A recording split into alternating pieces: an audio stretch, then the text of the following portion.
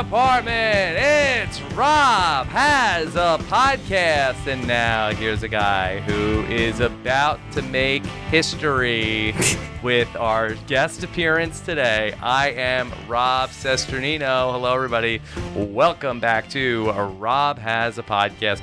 Here I am back in the studio for another podcast. And I believe this is the first time here in season 38 that we have a guest with me here in the studio here. And if everything works, you can also watch the video on our YouTube channel. Here she is with her historic appearance back here on the podcast as she becomes, I believe, the first person to podcast 5 seasons in a row with me here in the studio. Here is the record-setting star of Millennials versus Gen X, the great Hannah Shapiro. Hannah, how are you? I'm so excited. 5-timer club. You did it. I did it. You did it. They said it couldn't be done, but here I am. Yes, here you are, and very excited to have you with us back in the studio for time number 5. Amazing. It's really a really exciting thing. I remember the first time I was in here, and I did apologize for everything and ask you if anything I said made sense. And now we're at time 5, and so what a first appearance! What a way to break the ice to get you out here in the studio. And since then, we've had so much fun. Yes, so nice to so have you much back fun. here. So many opinions that I've gotten to read on the internet, and I realized something. Okay, I'm going to set a challenge for myself this podcast. I am going to try, no matter how off the rails this gets, to not apologize. Because I realize the same reason some fans dig this podcast is why the same reason other people don't like it. So let's just do it unapologetically today. You can't have lovers without also having haters. Yes, even though I've tried desperately to get everyone who hates me to like me. No, can't do it. You can't do it, though. You can't do it. You gotta ignore them. Ignore the haters. We're here. Yes. And it's a celebration of you here today as we talk about, if you can believe it, the departure of your dear friend David Wright.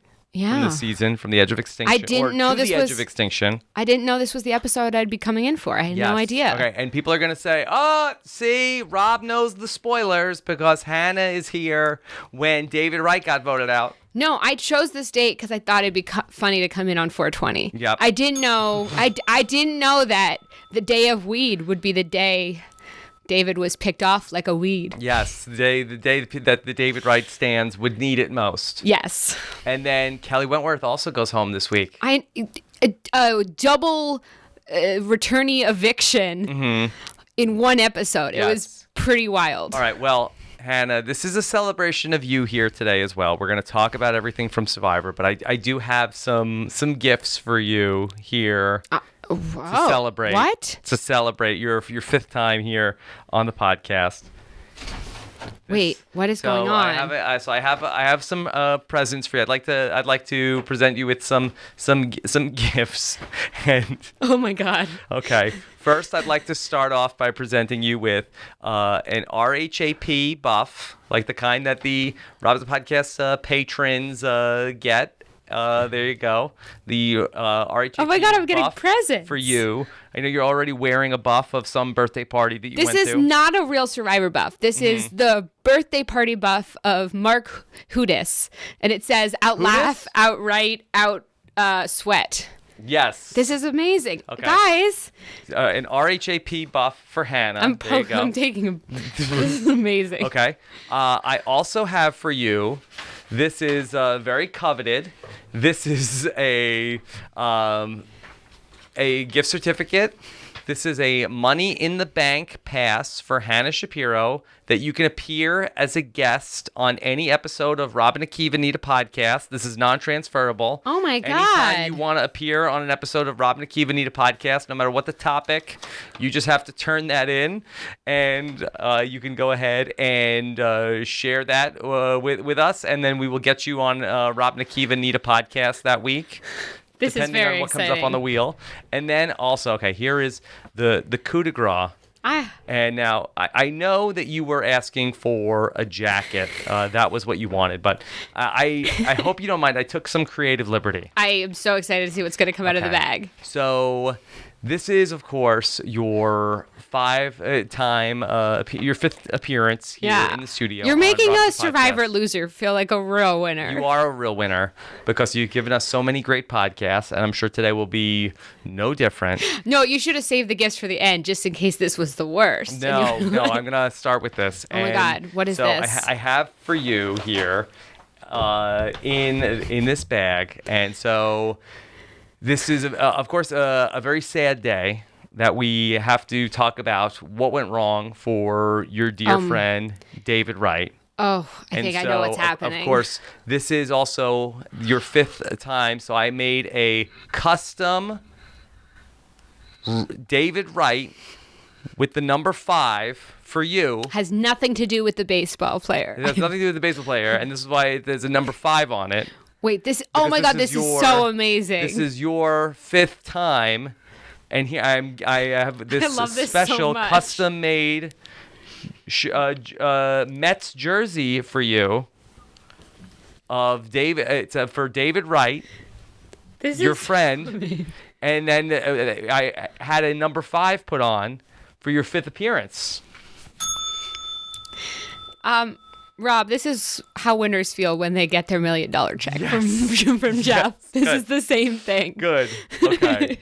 All right. Well, Hannah, I'm so happy that you're here to talk with us with this number 5 for your 5th appearance with David Wright, also his name on the back.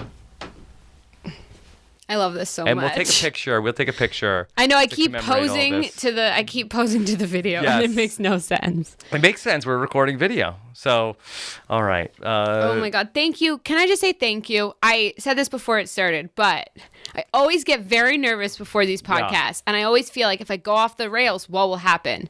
But you are a fantastic interviewer. Thank you. It's like getting a hug every question. Oh.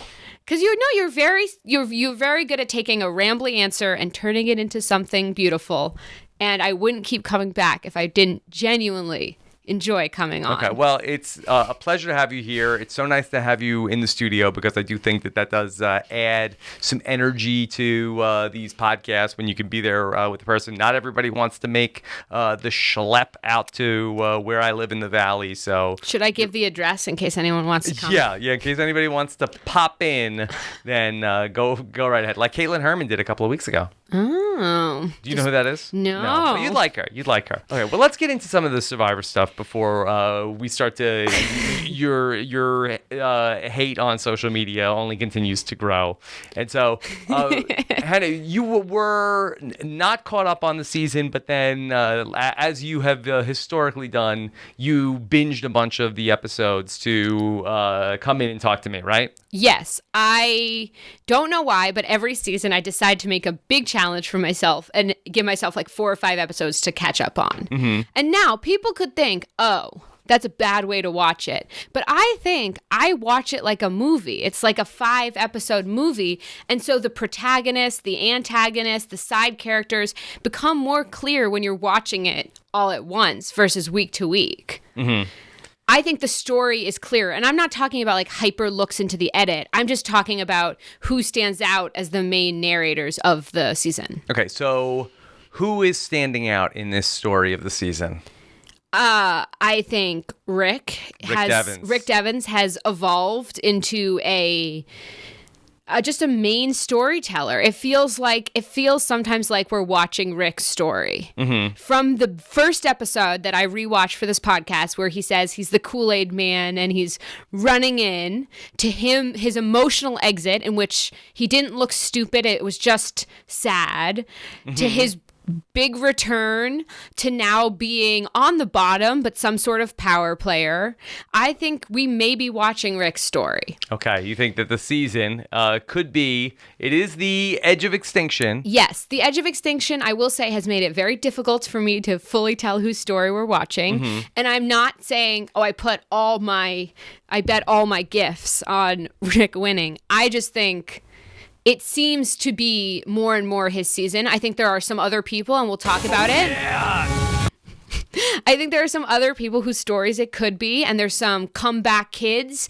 I sort of have my main island predictions and then my Edge of Extinction returner predictions. I think you have to separate it. All right, talk to me about David Wright. Who, I will. Yeah, sure. You and I last saw you back after the first episode, and you said to me, David Wright's going to win. I think David Wright is the winner of the season. I put all my money on it. Yes. I bet Josh Wigler at your birthday party about $20. Yes. I took all the odds on Dave. Okay. And I don't think he's out for the count.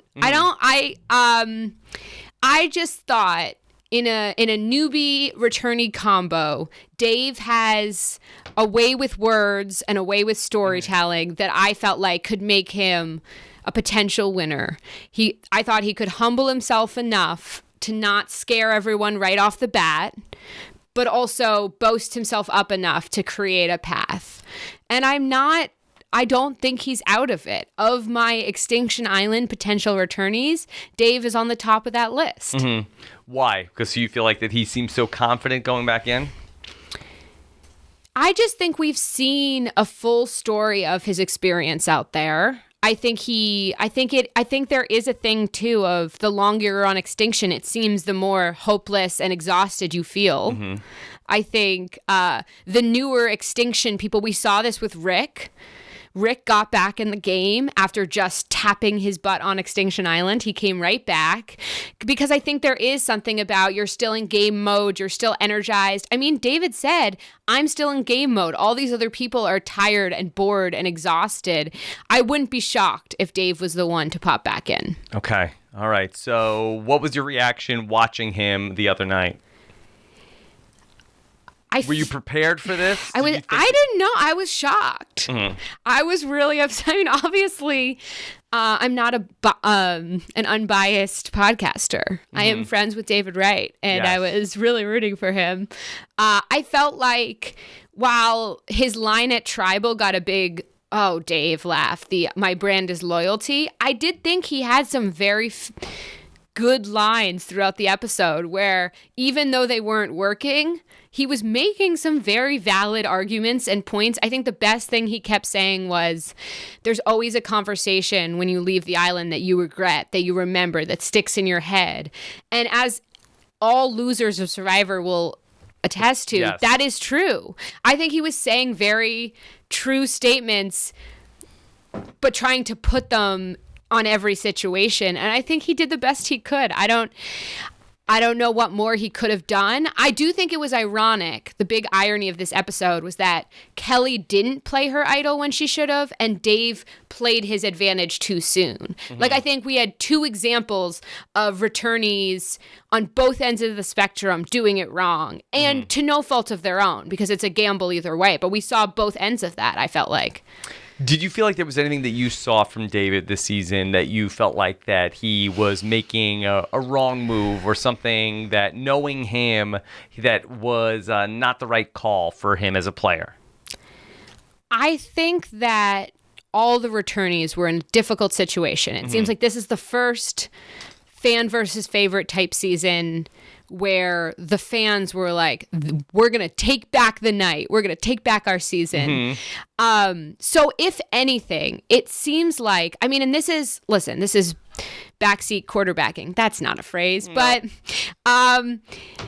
it feels like him and Kelly should have maybe, sat down and said, neither of us are going to get to the end unless we sort of bury this machete. Mm-hmm. And I think that looking back, I'm sure there were valid reasons why Dave and Kelly wanted to go after each other. They were both threatened by each other because they both knew that the other person was a big, interesting returnee. But at some point, I think it would have benefited them to maybe try to mend some fences, because I think they were up against a group of fans that didn't want the story to be a returnee. Mm-hmm. Yeah, and it seemed like coming out of that tribal council where Julia got voted out, where it was the, hi, remember me? Yeah, it felt like, okay, finally, David and Kelly are going to work together. It's going to work out, and we're going to see them. And now Lesu is going to get back together. They're going to pick off the Gavins and the Auroras and Victorias. And now here we go. And this could be an all Lesu Final Five. And then we came into the next episode, and at that start of the round of play where David went home, it was like, okay, the new six is Kelly, War Dog, Lauren, Gavin, Ron, and Julie.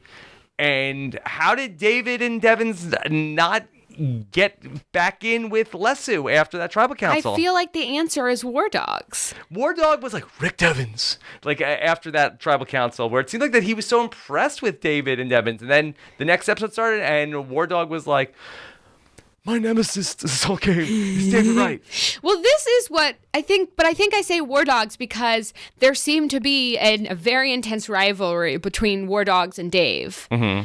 And I feel like we maybe didn't see all the details of why these two, maybe they just looked at each other and it was like looking into a mirror physically, and they were like, I can't let you go with me.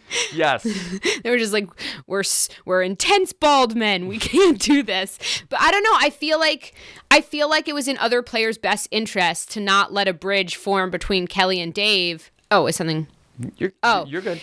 That there couldn't be a bridge between Kelly and Dave. And if you're sitting on the couch, which is a lot easier than sitting on the island, I mean, I think the couch opinion is probably that the only way for Kelly and Dave to have, moved forward is to both play their advantages correctly and link up at some point. Yeah. And that was impossible, both because they, for very smart reasons, didn't trust each other, but also because you had fans making sure that didn't happen. And I don't think it's a coincidence that as soon as David Wright went out of the game, Kelly went right after. I don't think so either. Yeah.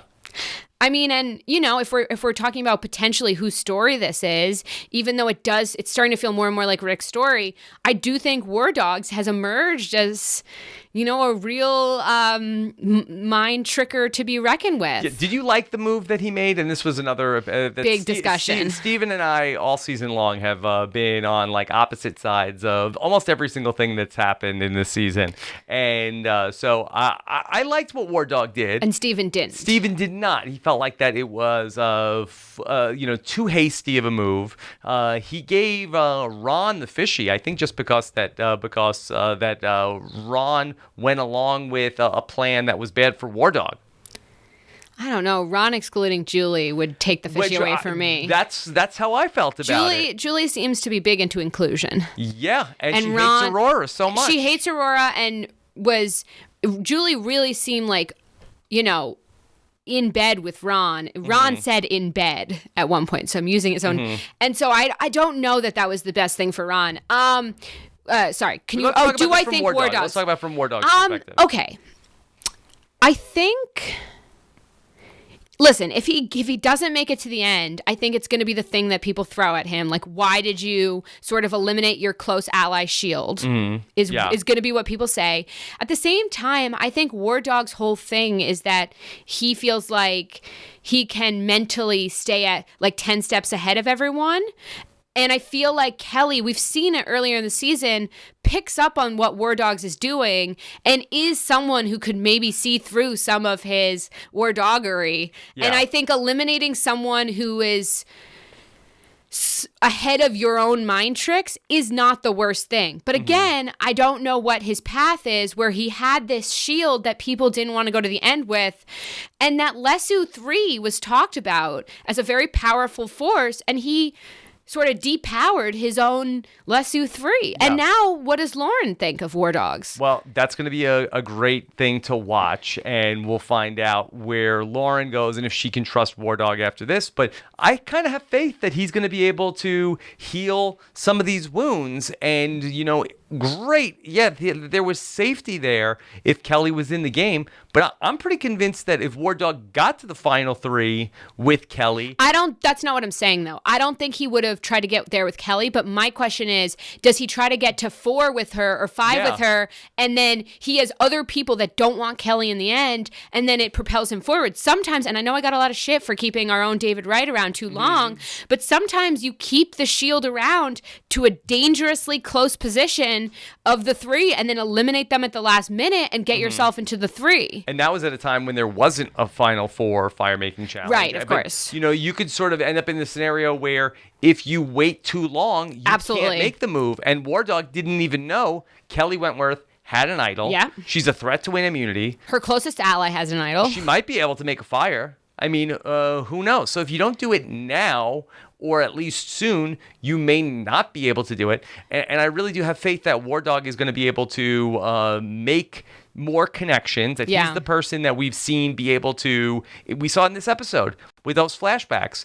within 30 seconds, he was able to get Rick Devens on board, Aurora, Victoria, and these are, I mean, some of these people are not his close allies, where he has he comes in, says in 30 seconds, okay, this is the vote, it's Wentworth tonight, don't say anything, okay, bye, and that's it. And they did. Yeah, I mean, he did pick up desperate people. To be fair, I mean, these people were on the bottom. No, he did a great job, and I realize now I've continued to call him War Dogs, which to his face I called him when I met him as well. Did he get mad? Is it War Dogs with a Z?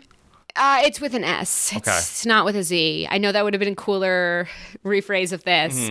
I think War Dogs thrives in the Survivor environment. I think some people like Dawn Meehan, for instance. It was against every instinct. It was against every instinct on her body to betray someone, to play a mind game on them. And this isn't a diss or a compliment, but I just feel like this is War Dog's best environment. Like, I think he's really loves doing this and is thriving off of it. So I'm not sure. I mean, yeah, maybe he can. I'm just saying that if for some reason he gets axed sooner rather than later, people are going to wonder why his close ally / threat was eliminated by him. Yeah, but didn't you see in the jury where Aubrey was like, holy shit, War Dog? Yeah. I mean, people like the jury, like the people on the Extinction Island. That's going to be all the buzz of like, wow, can you believe the War Dog? Oh, wow, what a guy! Oh, of course. I feel like that out of all the players that are in the game, if he gets to the final three right now, I think he's the winner. I don't 1,000% agree with that. What? Who do you feel like is somebody who, if they get there as of right now, who's a person that you feel like has a better case than War Dog? It's not so much a better case, but if you're looking at jury reactions, which you just brought up, every time Rick speaks, we are shown jury members smiling. Julia smiles. Dave smiles. I'm not saying this for certain, but I could see War Dog sitting with Rick and losing. I will say that if, the people that were anti-Rick Devens were the people that were pro-War Dog, but by making this move, War Dog does potentially cut off his constituency on the jury. If Rick is there with War Dog in the end, now maybe Kelly is like, well, I don't care for Rick Devens, but, screw you, War Dog. Lauren maybe feels the same way. Then there's a lot of pro-Rick Devens people. So I definitely do think that that probably would be the person that I feel like that might have more votes in their pocket in the end. And I'm not saying that one has a better case over the other. I'm just saying, you asked me if there's anyone who could beat War Dogs in a final three, and I'm saying if there is anyone, I think it's Rick Devens. Because you want to talk about stories? I mean, the whole season is Extinction Island. And we hear all these, I mean, the big reason for voting off Dave, and I thought it was a great line by War Dogs, the returnees have too good a story. It's too much of a story. Rick Devens was voted out and went to extinction, came back, and is now a power player mid to late merge. I mean, that's a story. That's a story. That's a great story. He knows about breaking stories. Dun, dun, dun. This sucks. Yeah. There are a couple. I don't know why I sighed like that, but I'm not gonna apologize. Don't. No, I won't. So unapologetic. All right. War Dog is in the driver's seat right now. Fair to say? Yeah. What's the next move? Oh, are we gonna use he's a pilot, no. and we're the flight attendants. No, we'll serving the passengers food. We'll come back to that. Let's be serious for a little bit more before we let this thing go off the rails. Yeah, let's do that. So what was the question again? So what's the next move for War Dog? Where does it go next? So that was the final 9 vote. Now we're down to 8. So if you're War Dog, what is the next piece to take off? Do you go to Lauren next because that's sort of, or do you feel like that you can pick Lauren up now and go somewhere else?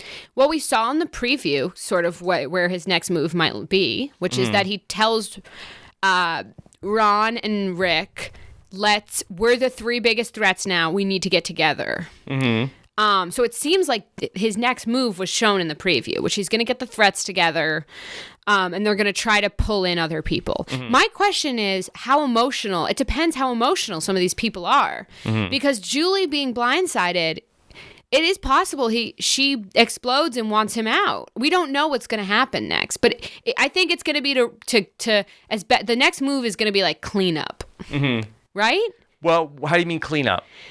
Trying to vote out whatever rival emerges from the emotional aftermath that was this vote. Mm-hmm. So if Lauren, whoever is extremely anti-War Dogs because they're pissed that they weren't a part of the Kelly vote, might be the next target. Mm-hmm. Do you disagree? So say it one more time. So I think because we've seen people react in big emotional ways, it is possible that someone who is blindsided, Julie or Lauren, is very angry and decides to go on an anti-War Dog tirade. I think his next move would be to get the people he made the move with, which we see in the preview, Rick and Ron together, and try to target someone who is emotional and mad at him after this vote. Like Gavin? Like cleanup. I don't know about maybe Gavin. Yeah, I mean, maybe Gavin. Gavin is That's the possible. one. I mean, that he's the one in the preview talking about how he's really mad at War Dog. I mean, Gavin has been very under-edited this season. We have no idea how him and Kelly Wentworth got close.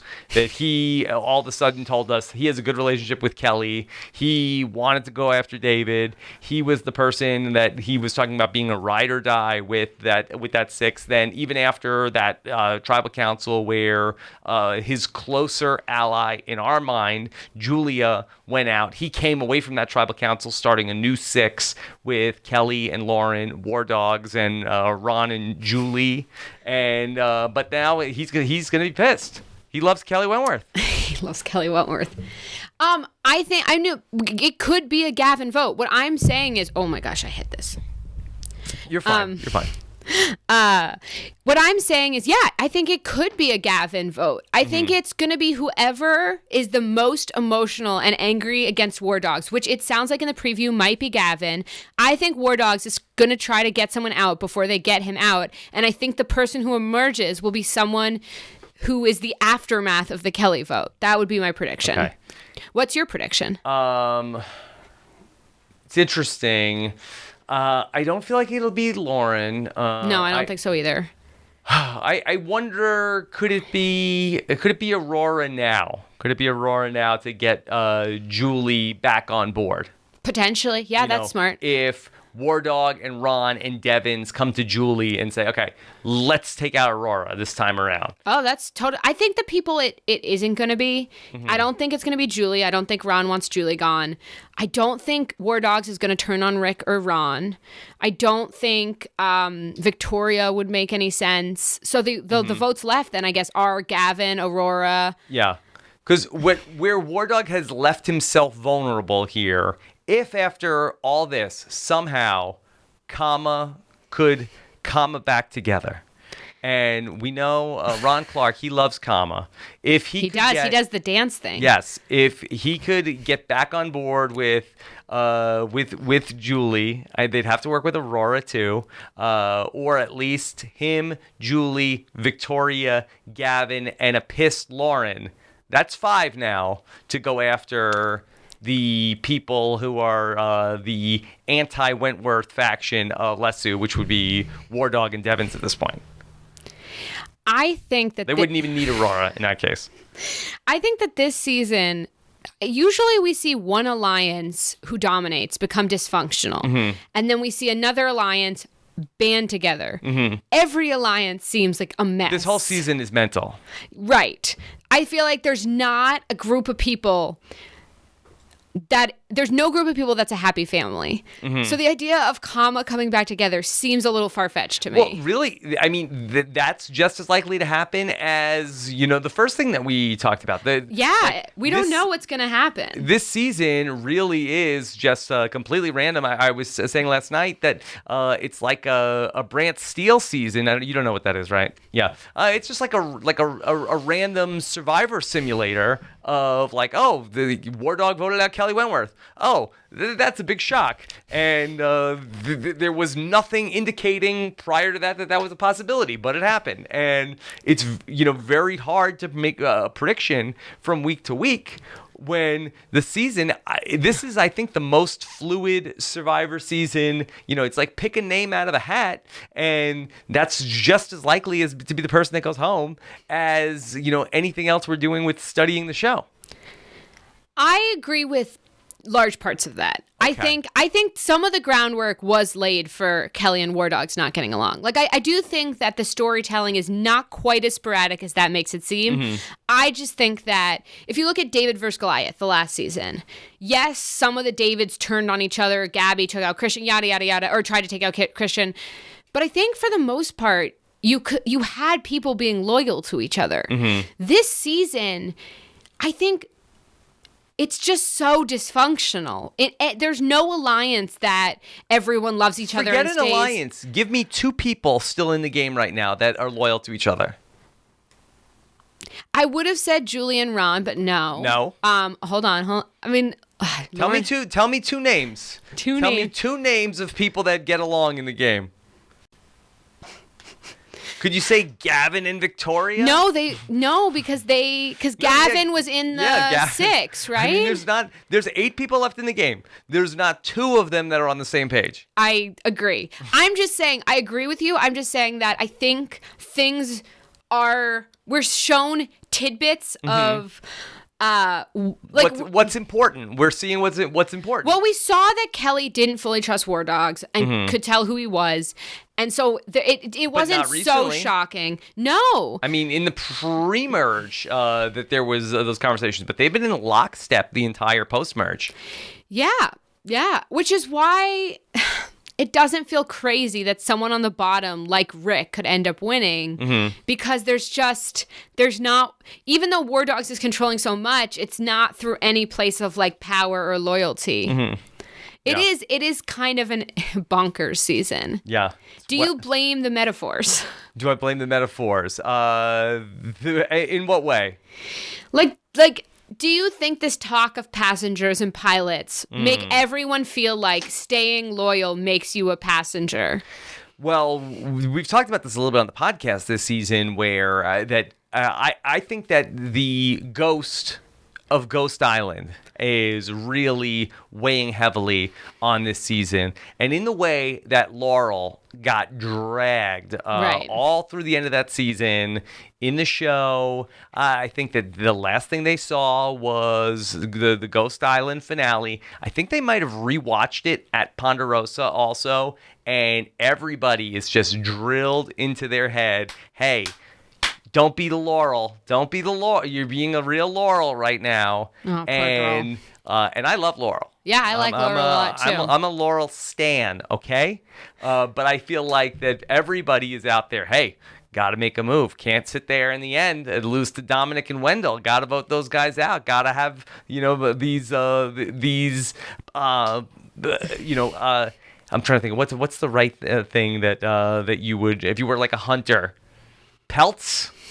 You're asking me about hunting. I gotta these are all these are all my kills. You need the heads stuffed on heads spikes, on walls. Taxidermy. They don't put heads on spikes. It's definitely like on the wall. And Game of Thrones stuff. Yeah.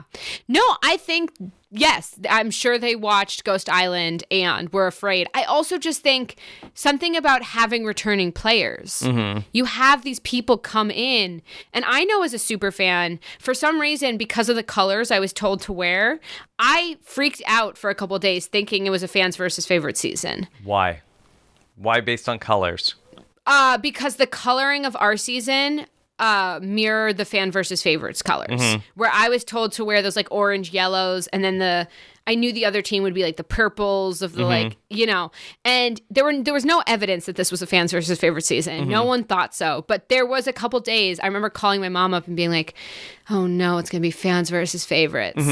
And the feeling of that as a super fan was the stories of this season are going to have nothing to do with the new people. It's going to all be, we're all just going to become obstacles to these returning players. Just like in the most of the fans versus favorite seasons, it's, oh, this fan was the one who loved Parvati, or this fan was like Cochran's bro. Like, there's just never, we're not going to be real people. We're just going to be, and I think War Dog's best line was going back into the history books and being like, they're going to be the story. We saw Victoria earlier in the season when she was justifying wanting to vote out Aubrey, saying, I don't want this to just be Aubrey's story. And so it's the combination of Ghost Island, but also from the get-go, you know, the show is like, this could potentially be the third and second acts of your favorite players. It's going to have nothing to do with you. And I think this last episode, it's people not wanting to be a passenger or someone in Ghost Island who was a passenger, or and it's also, I don't want to be a passenger to the returning player stories. Yeah. And I think that's why a lot of alliances were broken up. I mean, a lot of the breaking points were the Joe vote and now the Dave vote and the Kelly vote. It's all, you know, you don't want to be a passenger to a returning player story. Okay. Hannah, let me take a moment and thank one of our sponsors here before we go any further, because we've got a lot of fun stuff still to go here today. And I want to take a moment and talk about the hot new dating app Ship. Are you familiar with it? I am not. Tell me about it. Okay, this is great. This is great because Ship allows you, the single person on the dating app, to be the pilot of your own dating future, but it also allows you to take a bunch of passengers with you on your journey in your crew, because the way that it works is you go on Ship and you invite people, whether they're single or whether they're in a relationship, to be in your crew, and they are on board. They are your passengers as you are flying through, and they are suggesting people, hey, how about this person? How about this person? You get the final say. You're the pilot. And I get to do it all the time. I find people for your friend Adam Klein, who he's on Ship. Adam's I'm on in his Ship? Crew. I'm in his crew. Here, help me out here. Let's go. Let me show you how it works. So I just bring up Adam Klein here. He's in my crew, and then I get to see. Is Adam really on this dating app? Yeah, that eligible women. Here's Emily. And you think that is she good for Adam? Oh, this is fun. What do you think? Here, you do it. You left. Yes or no? This is a real thing. Yes. Emily, let's see. She went to the University of Texas. Oh, let's not dox her. Health. Oh, yeah, let's not tell information about her on this public podcast. Let's just Emily is on Ship. I'm gonna say yes to Emily. Oh, really? I would have said no. She's in healthcare development. If he's sick, she'll help. How far is she? 2 miles away from Adam. Okay, all right. I'm saying yes. Caitlin. Okay. 22, University of Mississippi. Or you could send that person into the crew and talk about it, and then you can game plan with your friend. Like, hey, Adam, all right, we got to talk about what we're going to say to Emily. And that's the way this is. So do you want to get on this now? So other people choose my dating? Well, no, you have the final say, but other people can make suggestions for you. You're the pilot. They're passengers. No, but they're the pilot then. No, they're making suggestions. You're the co-pilot in your own dating. Yes. Is that good? This is an ad. Yes. Yes. Caitlin likes posing next to trees. Yes. I don't like that. Okay.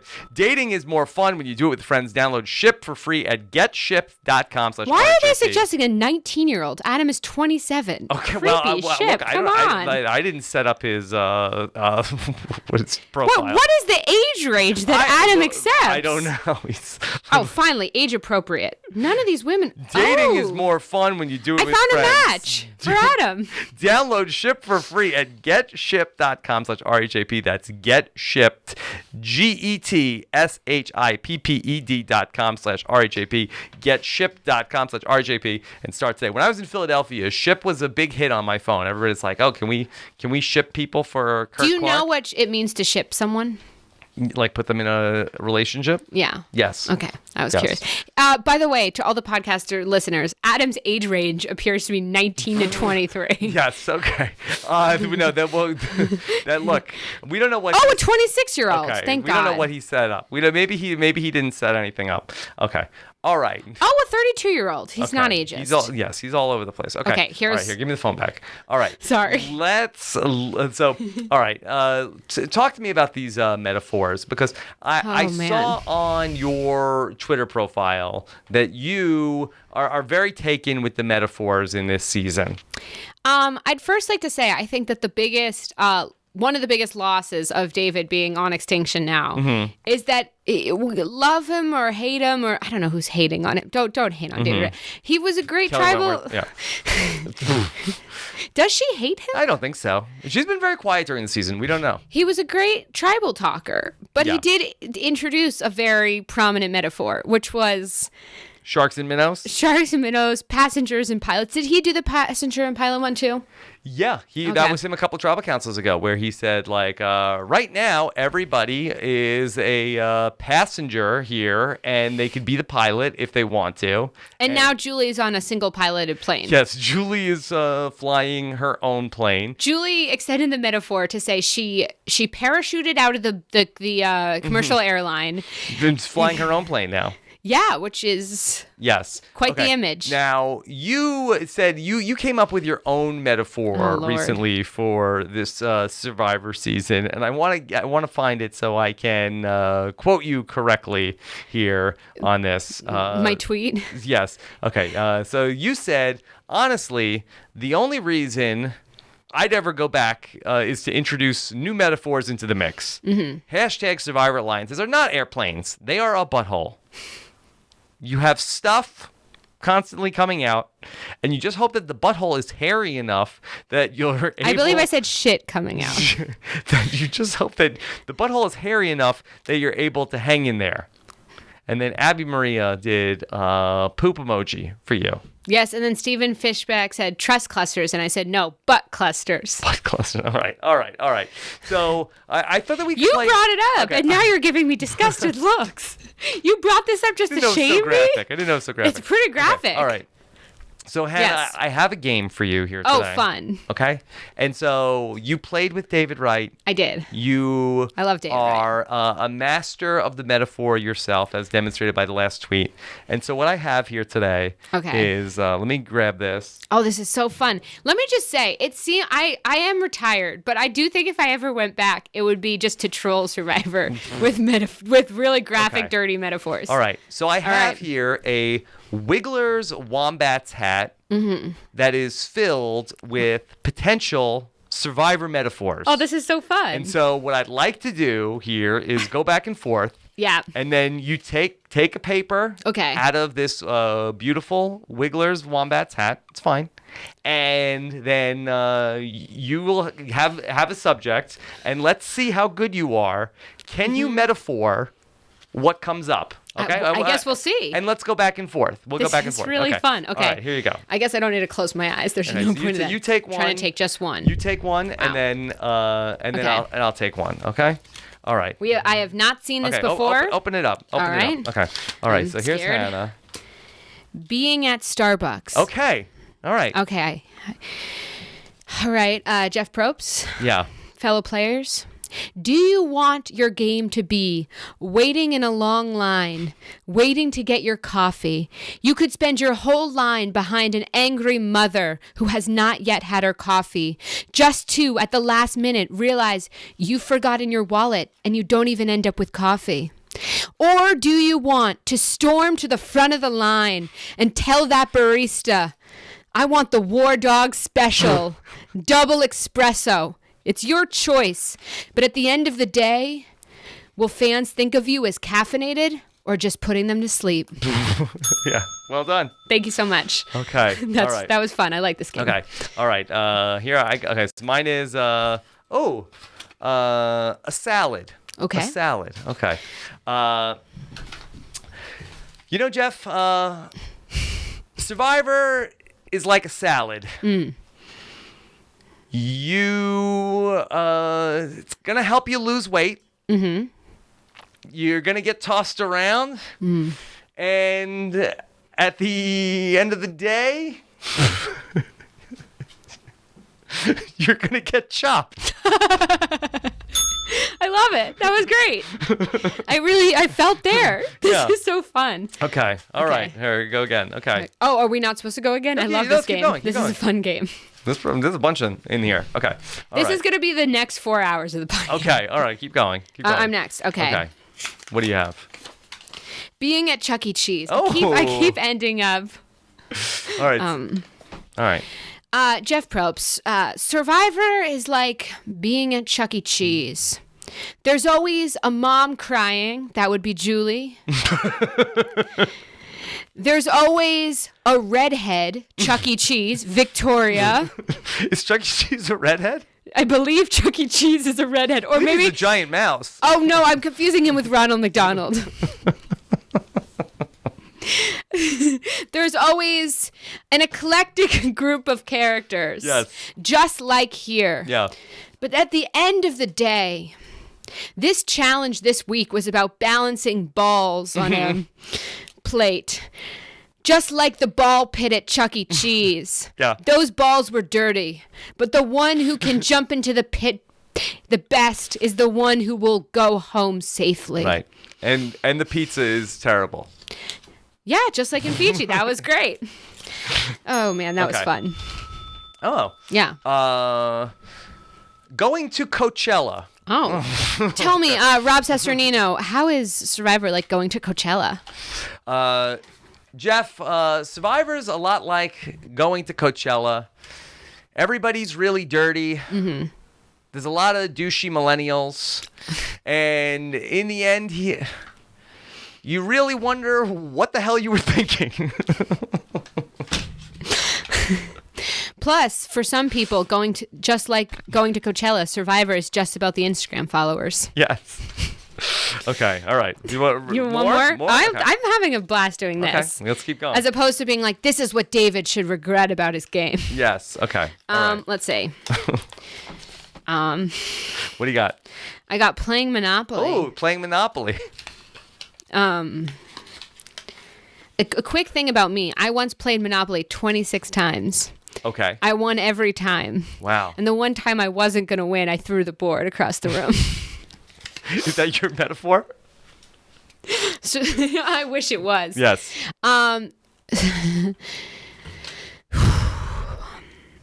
Survivor, it's just like playing Monopoly.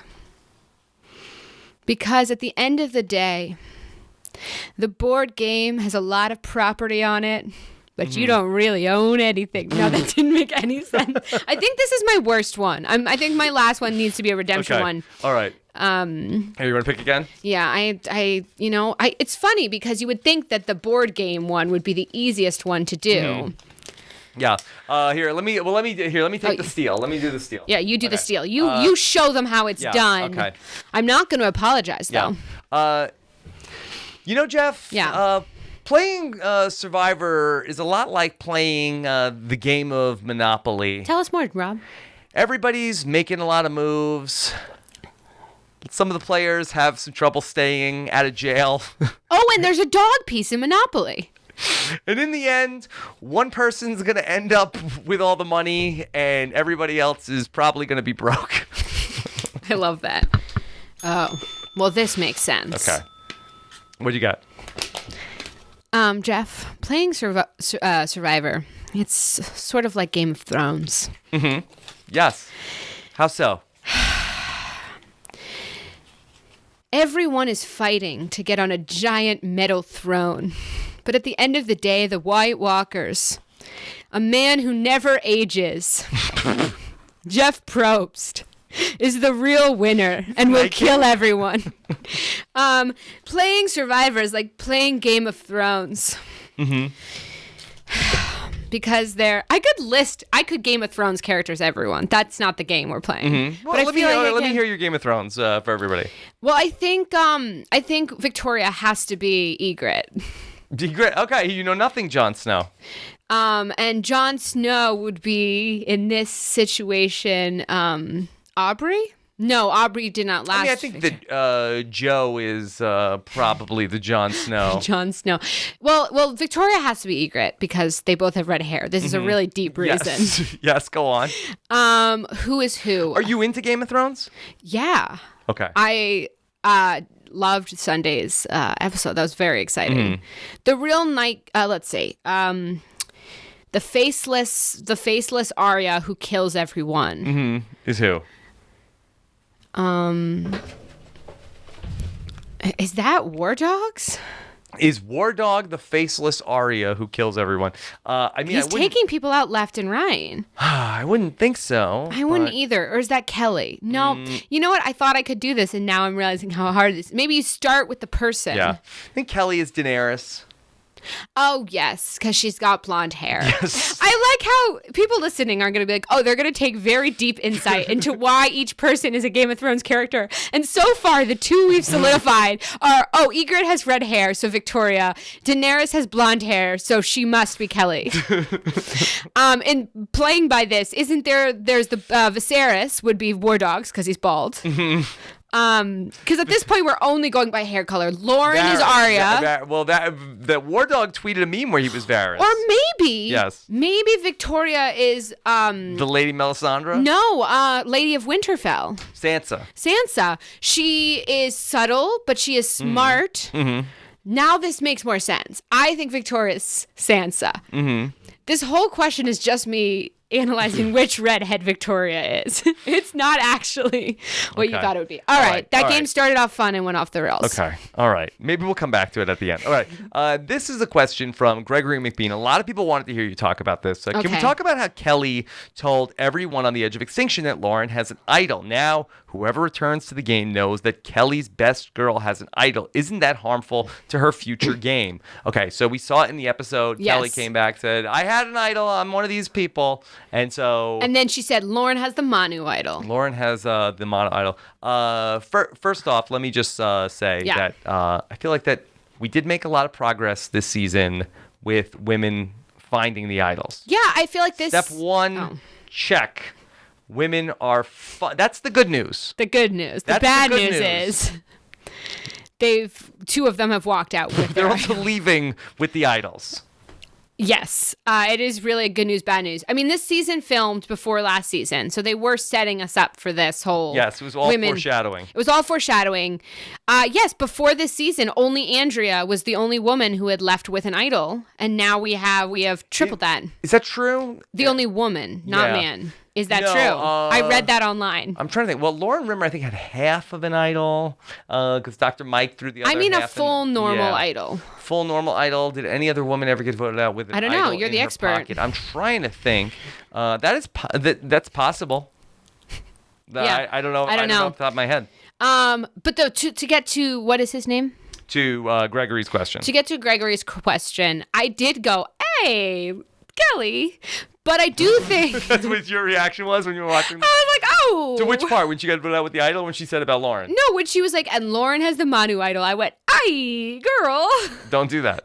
What you doing? Lauren loved you. But I do think, I mean, correct me if... Oh, hell no. That was my reaction. But I do wonder, though, I believe, and I don't know, but my guess would be similar to Redemption Island, that someone from Extinction comes back at 5. Mm-hmm. So with that in mind, it wouldn't matter. Comes back at 5 to make it then 6, right? That would be my guess. Yes. So then, then I guess it would matter, telling them about... I think it would matter. It would. It could make the difference. I wonder if this was Chekhov's slip of the tongue.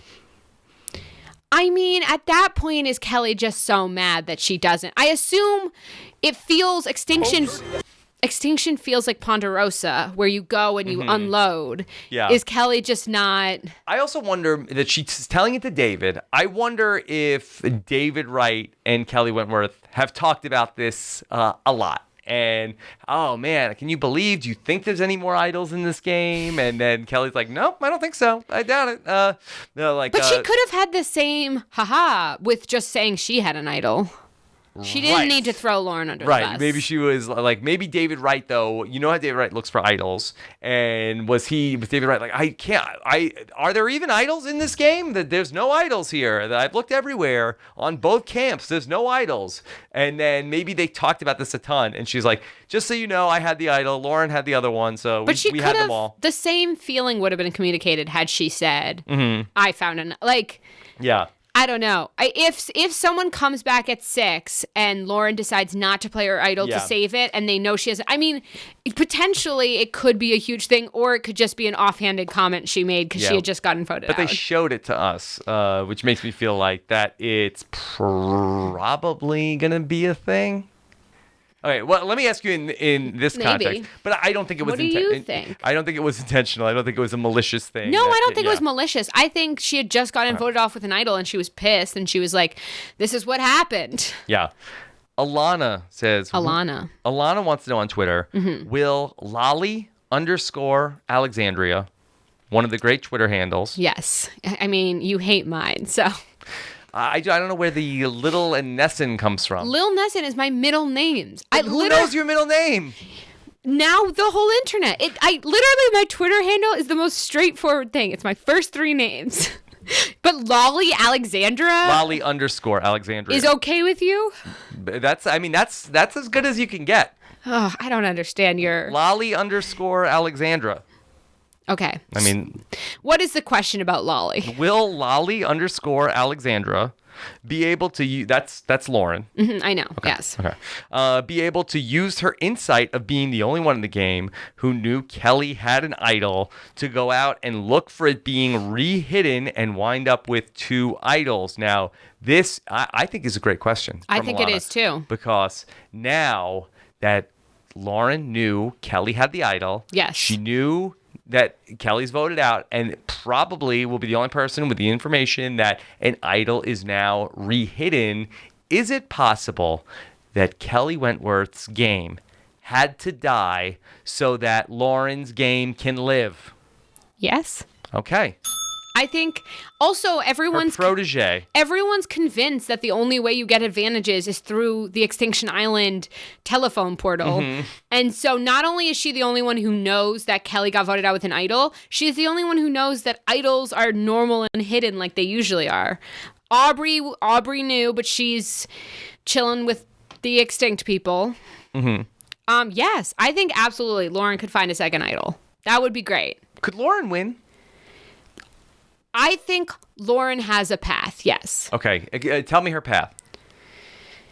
I think there has to be a lot of fireworks in this last part of the game because I think, the preview suggested, this is just based on the storytelling. The preview suggested that the 3 people considered the most intense and powerful are Rick, War Dogs, and Ron. And that preview makes me think, no, I think Lauren has a bigger chance than Ron than winning. But that preview suggests that out there, that's how people viewed things. That everyone else weren't seen as powerful. So I think Lauren would have to do a very flashy last part of her game.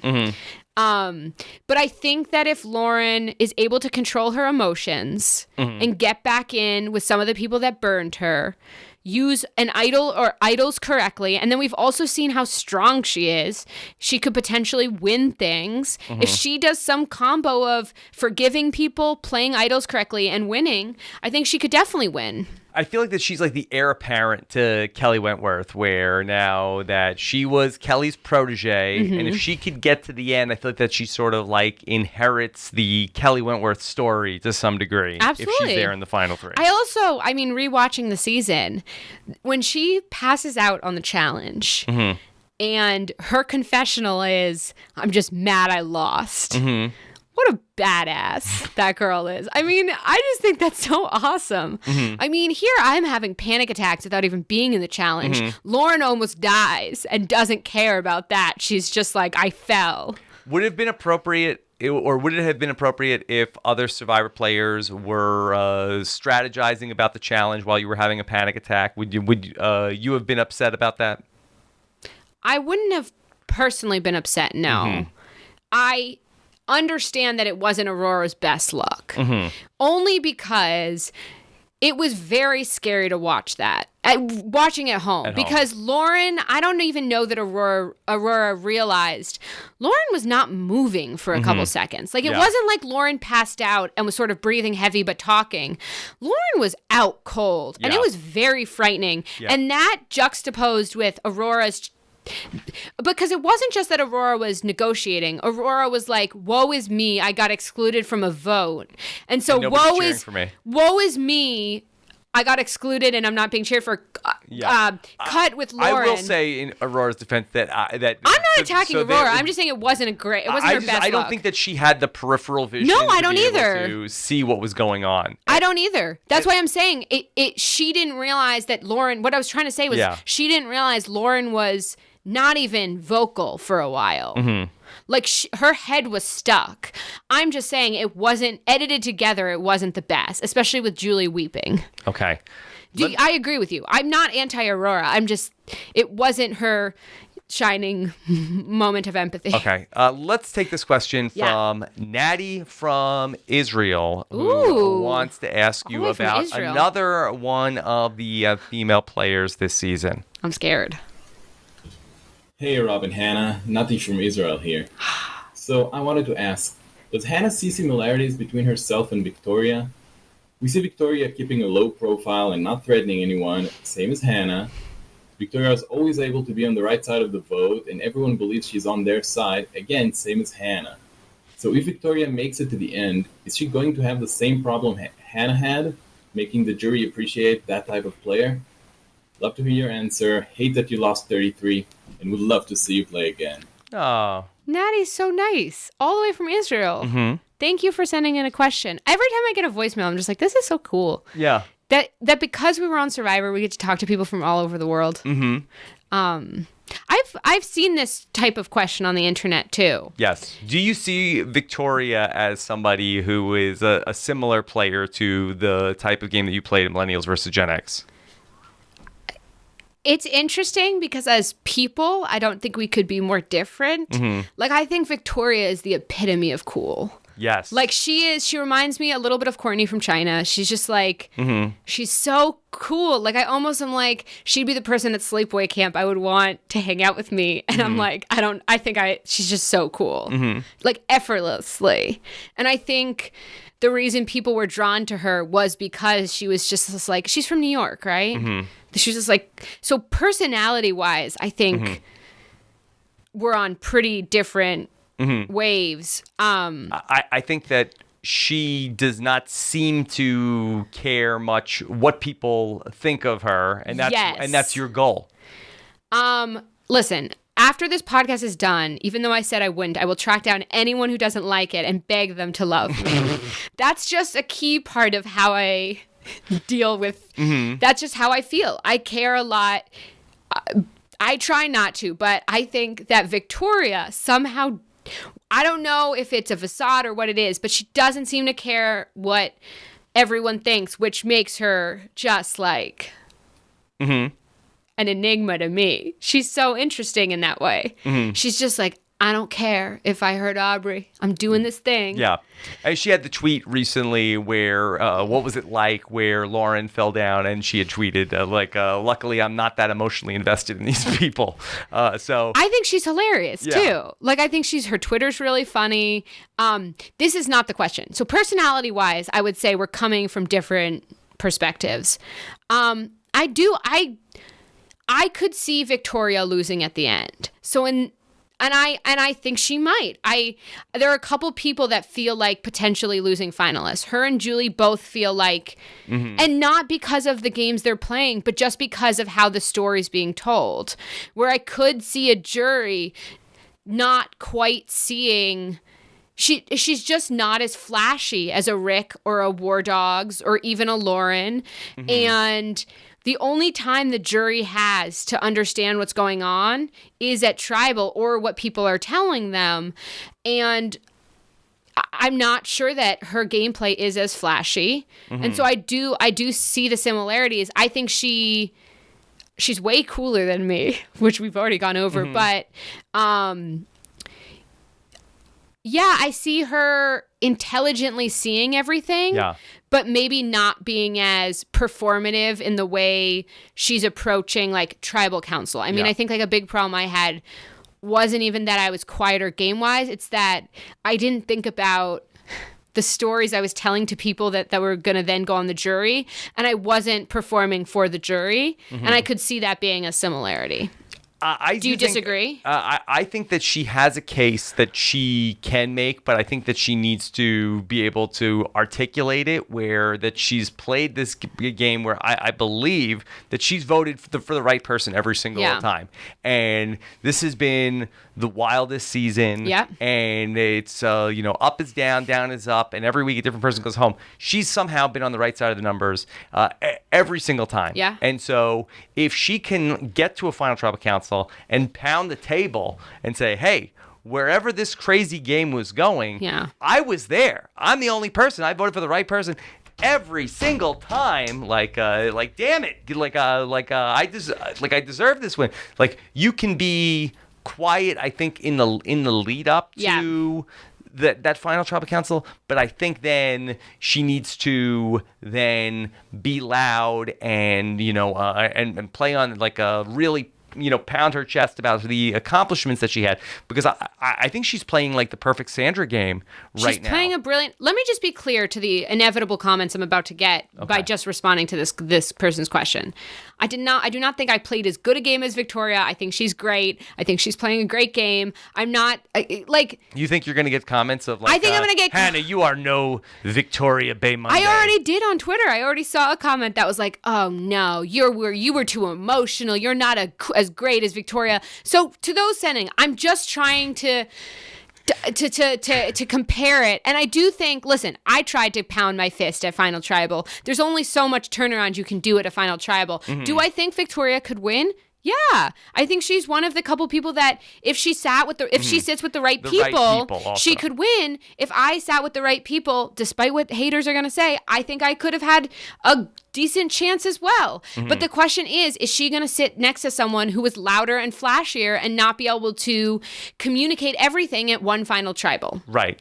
And Sandra, in her seasons where she won, she sat next to Lil, who people did not love. Why? What was wrong with me? But people were not too fond of Lil. And then she sat next to Russell, and people thought that Parvati was an enabler, and Sandra was sort of like the opposition party to that. So I do think that in addition to being on the right side of the numbers, I think that also Victoria needs to at least stand for something in the game. I think that if I'm a person on the jury, I think I might say, well, what did you do? And she's like, well, I voted the right way every single time. Yeah, but like, what was... I think if I'm a jury person and Victoria does lose at the end, hypothetically, mm-hmm. I think I'm watching the season back saying, oh, I totally get what I missed. Mm-hmm. The problem that might occur is that a lot of the reasons I like Victoria, and we can all agree she's playing a pretty great game, is we're seeing her narration throughout the season. She was one of the few comma people that we heard from other than Aubrey and Joe in the early part of the season. Mm-hmm. And I think we understand what her game is. And I think that's because of confessionals. Yeah. And the jury... Like, nobody should trust me. The jury doesn't hear your confessionals. Right. So I think as a viewer at home, it is possible she goes to the end and wins. It's possible she goes to the end and loses. It's possible she's a bit of a Kara-Kay and she, people really like her and she ends up 4th or 5th. I think all the possibilities are there. In terms of comparing her to me, I think... a thing I didn't quite take into account was the performative nature for both people at camp who I'm about to send to the jury and then tribal council itself. And I wonder if Victoria looks back on it and sees a similar thing. Mm-hmm. So what could she do differently? Same thing I could. Go to the end with the right people. Mm-hmm. And also wink at the jury the whole time. Yeah. Does she need to have like an antagonist where does she need to sort of be seen like does she need a move, and does she need a person where even like Sandra, who never got Russell out of the game, that she was seen as the person who was the opposition to Russell by the people on the jury, And does she need to sort of like, take on a war dog or somebody like that? Perception is reality. So whether or not you succeed or fail, if you're seen as trying to do the big thing, you're going to gain some respect. I mean, if you look at Nick last season, he did not do everything perfectly, but he looked like he was swinging even when he's missed. I mean, I think the problem is the perception is reality. So if what the jury is seeing is a more subtle person, they might not pick up on the fact that she made some big moves. And I think she did. I mean, the whole Aubrey move, and Aubrey went home with an idol in her pocket, and Aubrey's not a dumb player. She's smart, she's perceptive, she's done it twice before. And Victoria, I felt like, got the credit for getting Aubrey out. So, but I'm not sure that the jury even saw that. Like, I'm not even sure that Aubrey sitting at Extinction Island understanding fully that it was Victoria. Like, I don't even know. That's the problem. So, yeah, I think if Victoria wants to, there are a couple people, Victoria, Lauren, who could win, but it needs to be fireworks this last couple ramp ups. Okay. All right. Do you disagree? For Victoria? Or agree? Yeah. Does she need to have fireworks? I think she needs to put on a bit of a show. I think coming down the stretch, I don't know necessarily if this far back, I don't think she can get that far away from herself. But I also feel like that she could be the person that the jury is saying there. Well, what did you do? Right. And it not being enough for her to say, well, I voted the right way every single time. Survivor is a tricky game because, for many reasons, because it's sort of like Monopoly. You want to throw the board up. No, it is this thing. And this is what's so funny is we don't talk about, I come in here talking about the hate or the love I receive online. It's like, I'm not saying there aren't general opinions about me or what I did, but it's like, it's hard to fully have a concrete opinion on anything 100% because it is such a gray area in so many cases. I mean, it's at the end, there's 3 people and there's a jury of people trying to decide who played the best game. And maybe this is me as a bitter, angry, losing finalist, but I don't believe that you can concretely, almost any season, be like, this person played because it just depends. What did you value? What did you see? It's hard to be like, there's a right answer. This isn't a multiple choice. This isn't 2 + 2 is 4. This is, what's your opinion on what constitutes good gameplay? And then did you see it from these people? Do you think that this season, with a jury of people that are living on the edge of extinction, will be better able to answer these questions? Or do you think that the Ponderosa system is a better way for the jurors to be absorbing all this information? Well, the downside, I mean, listen, and this is, you always are like, oh, that's a backhanded brag. I've never been... A backhanded what? A backhanded brag. A backhanded brag. That's not a thing either. I've never been on a jury. Yeah, humble brag. A humble brag. I've never been on a jury. I've never sat at Ponderosa and felt what that's like. But I did feel like by the time we got to Final Tribal, because my season was filled with people who liked each other when they got to Ponderosa, a one group mind started to form. So that people's opinions in the game, not just lies they would say, their actual opinions and viewpoints had morphed into one giant amorphous viewpoint. And that happened because people had lost and they knew officially they lost. They breathed it out. They drank together, they ate together, and they formed a group opinion. That's not really happening on Extinction. People are still playing. People are still hungry. Feral. They're still crazy. So they're not sort of coming together in that same way. So in that way, yes. But in I wonder if this could be a season where we get people voting for all 3 people all over the place. Maybe, I mean, obviously there are lots of seasons of Ponderosa where people vote for all 3, but I think those casts are a little more split personality-wise. Maybe. I just think, I mean, this jury's going to be pooped. Dude, you don't even know, okay? You're confused. I'm always confused. Dude, What are you saying? That my impressions are lame? Who is this an impression of? That's Reem. You're Oh, no that's selling. Reem?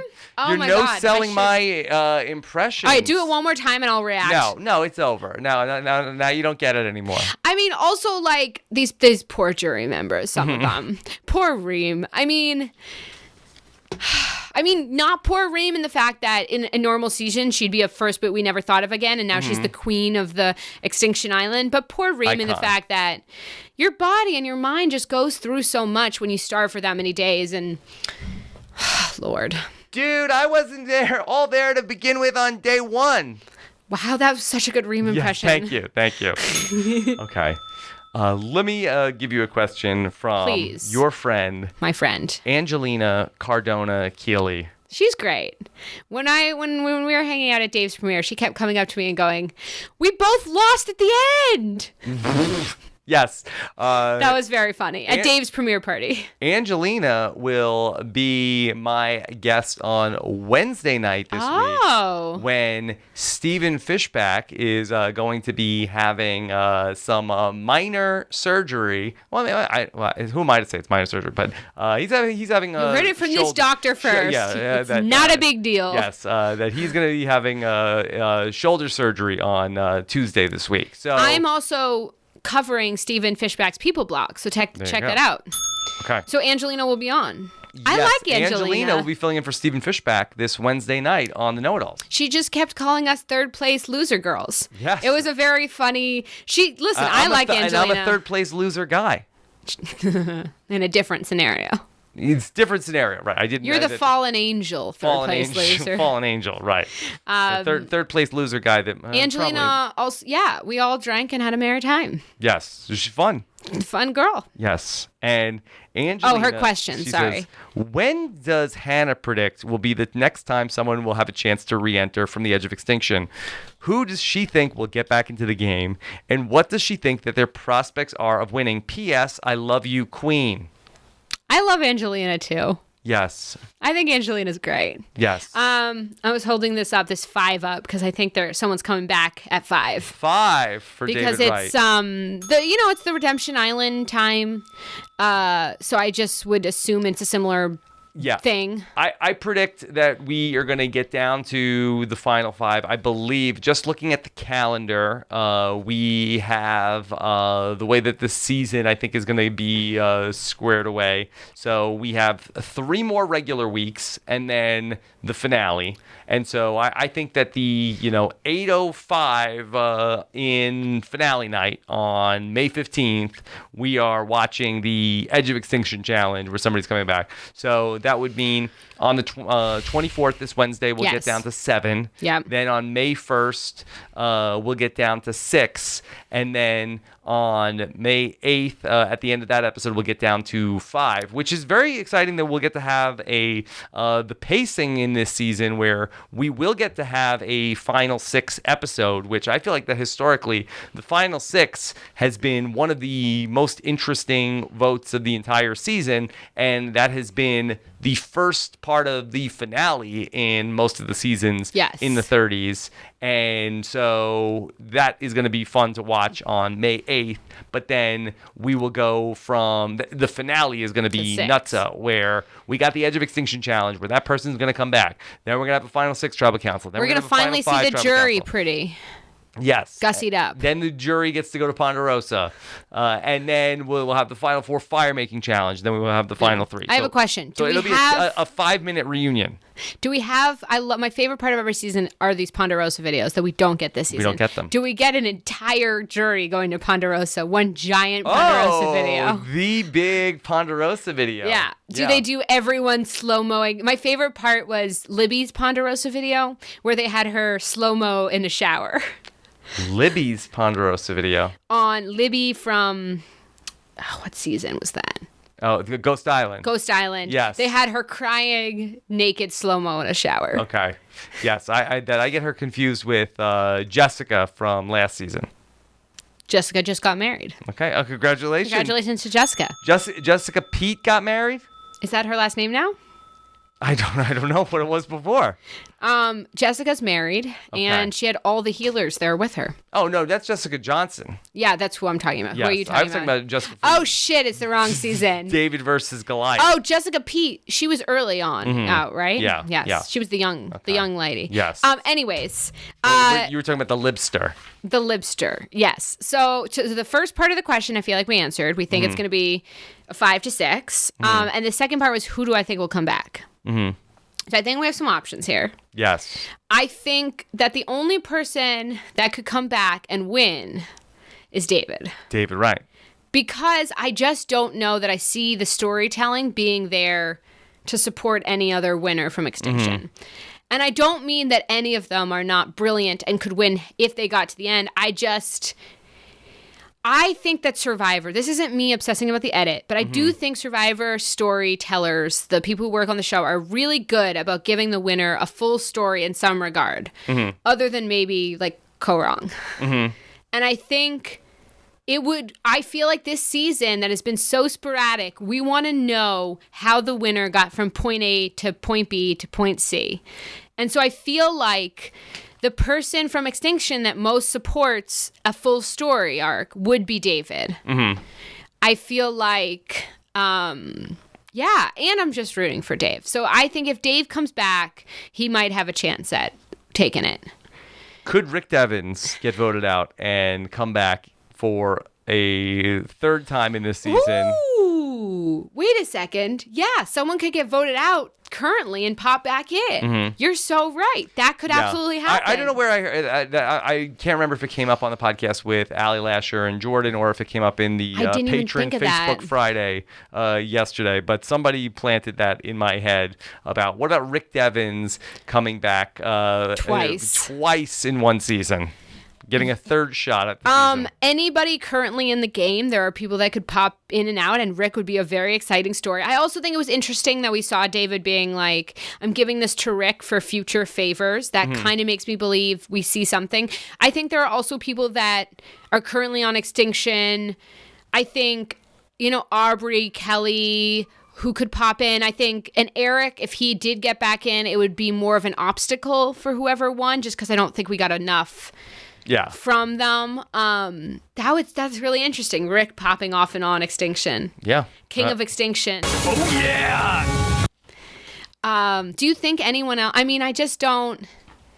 Keith and Wendy are at Ponderosa, so they can't. They're the only two at Ponderosa. They cannot. Do you think they took them on a trip, or do they keep them at Ponderosa? No. I think that they're just at Ponderosa.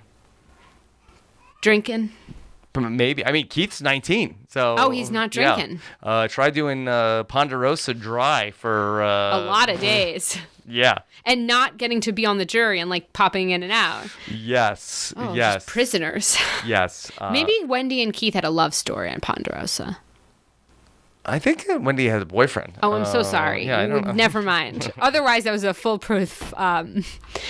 concept. Yes, Do you have anything to add? I mean, Come on, God. Okay. My favorite part about Keith was when he scurries off to try to find a clue, and then everyone's like, "Oh man, he left," and then he goes, "God, give this to me." And then Chris caught him. God did not want. But then he touched the box. There was a lot of drama.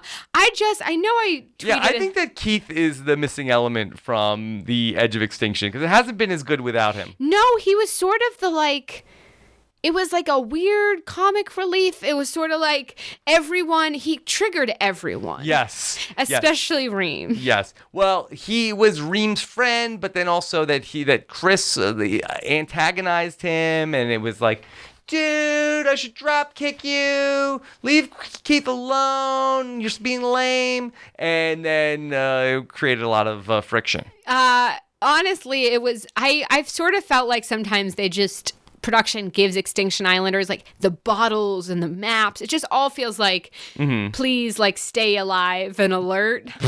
And it just I feel like Keith took it very seriously. Because some of these, I mean, we have to remember too, when we talk about, to finish Angelina's question, who's coming back, the Aubrey has the challenge advantage. Yeah. That's just something to remember. Every other advantage that they find on Extinction is for someone in the game, except these challenge advantages. Yeah. Could you see Aubrey coming back? I don't see it.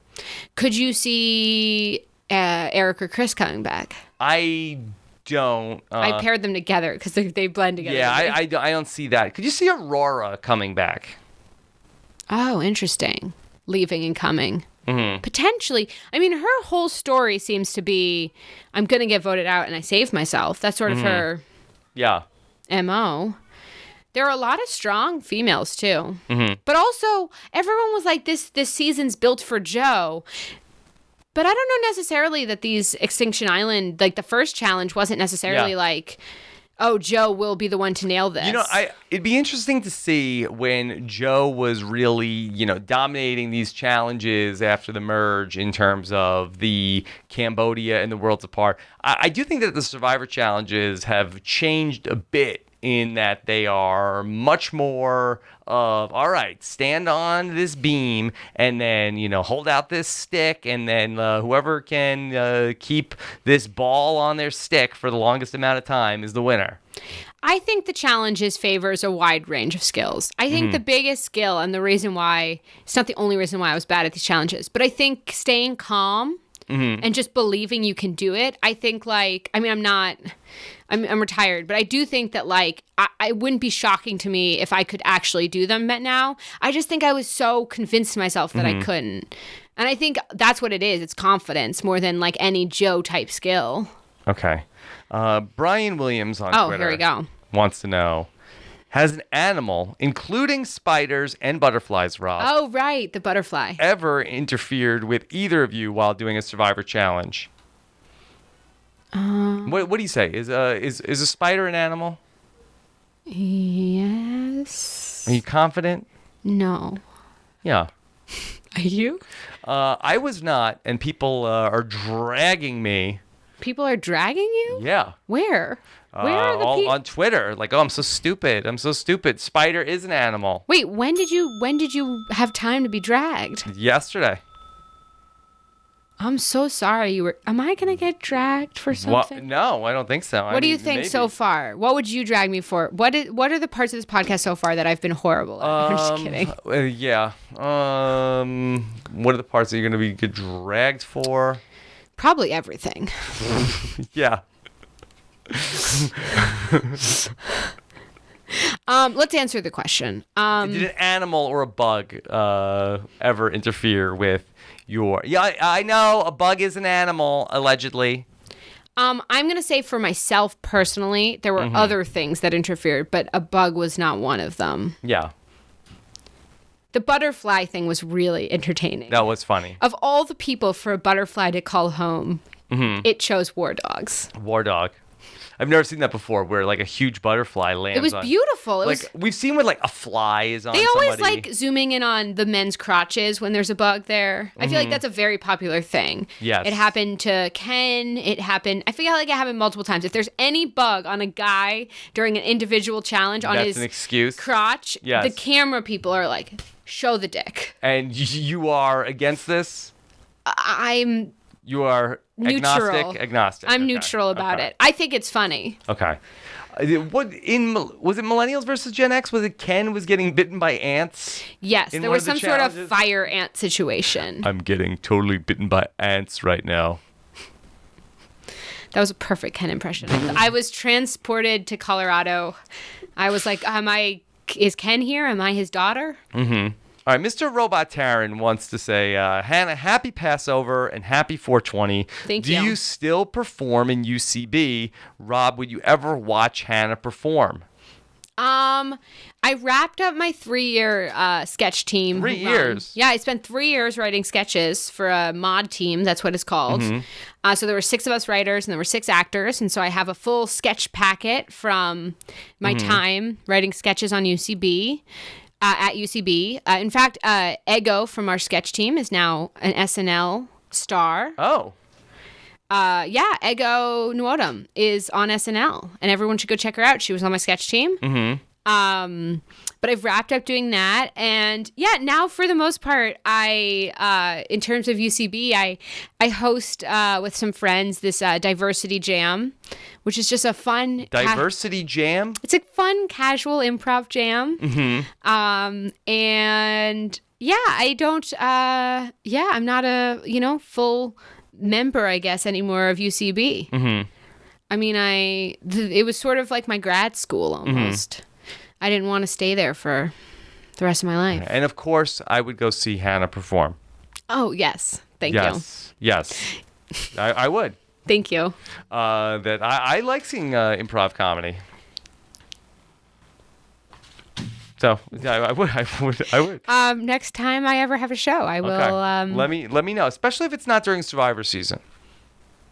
Okay. I think what was hard about my sketch team was we had a show once a month, but it was the first Wednesday of every month. And that probably not a great day for me. Okay, so let's bring in a question from one of our listeners, and why don't we talk to about this question from Grace? Has a question for Hannah. Hi, Rob and Hannah. This is my first time calling in, but I've been listening for years. I'm a big fan.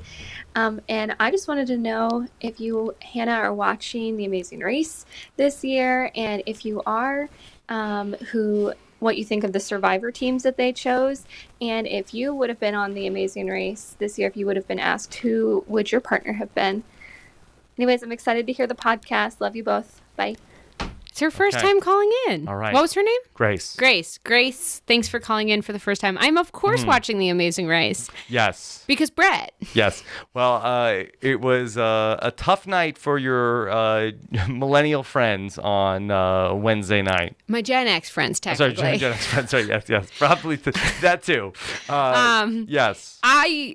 For me, it was not a tough night. I thoroughly enjoyed watching Brett head to toe in spandex, climb an inflatable mountain, and then slide back down and then go back up. It was so much fun. Brett was so funny already. I think he's going to be hilarious. Yeah. I think him and Chris are a great duo, and I'm rooting for them both. I got an article I am writing for Men's Health about the survivor teams currently on The Amazing Race is coming out hopefully Wednesday. I actually got to interview Brett and Chris, Eliza and Corinne, and Rupert and Laura. So I got to talk to everybody. They were all really nice. And I think the Amazing Race teams definitely have the upper hand just because they've done the show. They know what to do. They know what to look for. I mean, we saw it, episode 1, when Rupert and Laura were sort of digging through a gas station for the clue box. Did you watch it? Do you know what I'm talking about? Of course. So they were digging around a gas station, and it's not a hidden immunity idol. It's somewhere in the open, and I think Amazing Race teams might have picked up on that. Yeah. But yeah, I'm excited. I can't wait to watch Brett and Chris around the world. Yes. If you did The Amazing Race, who would your partner be? First of all, I would forget my passport at home and be the team that lost leg one because my passport was in Boston or LA or something. Who would my partner be? I think I'd want to do it with Brett. It would be fun. You're going to go with Brett? Also, he's going to cheat on Chris Hammonds?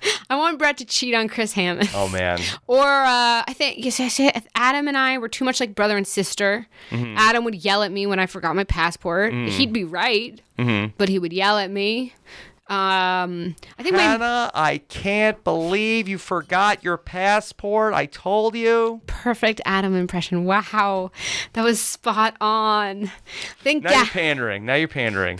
I think Gabby and I would we would just freak each other out. I'd forget my passport and Gabby would cry and I would panic and that wouldn't be good. I guess maybe my family. My mom recently skied 7 million vertical miles in one ski season. She just broke the record. 7 million vertical miles? Yes. My mom is a tracker of how many vertical miles she skis. Millions of miles sounds very far. She skis a lot. Is that factually correct? Yeah, it is. 7 million miles? I feel like that's like from here to the sun. No, she skied 7 million vertical miles this ski season. Oh, wow. So she's a very athletic woman. So actually, you know what? I might replace Brett with my mom. Okay. Are you looking up if this is possible? So Here, I can look at the text. 238,000 miles to the moon. No, it's she. Listen, I'm going to say this more and more confidently. 7 million. Look. Okay, 92 million miles to the sun. So that's part of the way there. It's not part of the 7 million versus 92. It's fine. The 7 million is part of the way to 92 million. I'm choosing my mom, and people are gonna look up if it's possible for her to have skied 7 million vertical miles. Mars is 33.9 million miles away. So your mom skied a quarter of the way to Mars. Yes. this past season. Yes. Okay. She's our ski ambassador. She works on the mountain. Mm-hmm. My mom skied to Mars, so I choose my mom. End of answer. Okay. No apologies. Okay. I think that's back and forth to the moon. Should we call my mom and make sure this is accurate? Fine. That's fine. I look. I get dragged all the time for not being having the right information. So maybe I'm wrong on this one. I'm gonna go confidently and just believe what my mom said. Mm-hmm. Okay. All right. So then, what's 7 million feet? Is that possible? I'm texting my parents, and this might have to come from 7 million. Mom, did you ski 7 million vertical miles this ski season? Question mark. We will get the answer, or we won't, and this will be a dead end. This sounds like a lot. Okay. All right. Let me play another voicemail question for you. Okay, and this is from one of our callers, Victoria. Okay. From the season? No. Hey, it's your girl Victoria from Baltimore. What was more satisfying, seeing returnees get voted out twice last night, or Rupert and Laura almost getting eliminated on the music ring? Okay, bye. Wow, Victoria's a hater. Wow. Wow, that was a very interestingly phrased question. Was it more satisfying to see my good friend sent to Extinction Island, or for a sweet, popular Survivor couple lost at a gas station? What was better for you? What was better? Yes. I'm going to say because Rupert and Laura were not eliminated, I did find it funny that they were searching around a gas station. I did not enjoy watching my clever friend, David Wright, voted out. I mean, where are the metaphors going to come from now? Right. I guess this hat. Should we go back to the hat? Sure. Okay, go back to the hat. All right, for David. Do it for David. Okay. All right. Here we go. All right. All right. Survivor. I like how I'm not thinking. I just go right into it. Just go right into it. Jeff Probst, Survivor is like diet soda. Oh. You think a vote is going to be satisfying, but it doesn't taste as good as you feel it should, because it's not soda. It's diet soda. And so you just crave the next blind side, but ultimately it gives you no calories until you're able to get some real food. Wow. I think that might have been your best one. Thank you so much. I think that was incredible. Okay. All right. Now let me go. All right. Here we go. Jeff, the game right now is a lot like going to the Apple Store. Oh. There's a lot of people here who think they're geniuses, and they're not. Oh. And everybody's got something that's broken. And we're all getting screwed. I think that was your best one yet. I really enjoyed that one. All right, one more. Okay, I really like this hat game. Yes, thank you. Oh, my love bag has fallen. If you didn't know there was a bag that said love on it, it sounded very weird. All right, I'm going to go right into it. Go right into it. Jeff Probst. Survivor is like being at a bat mitzvah. How so? We all start this game as prepubescent kids who have never so much kissed another person.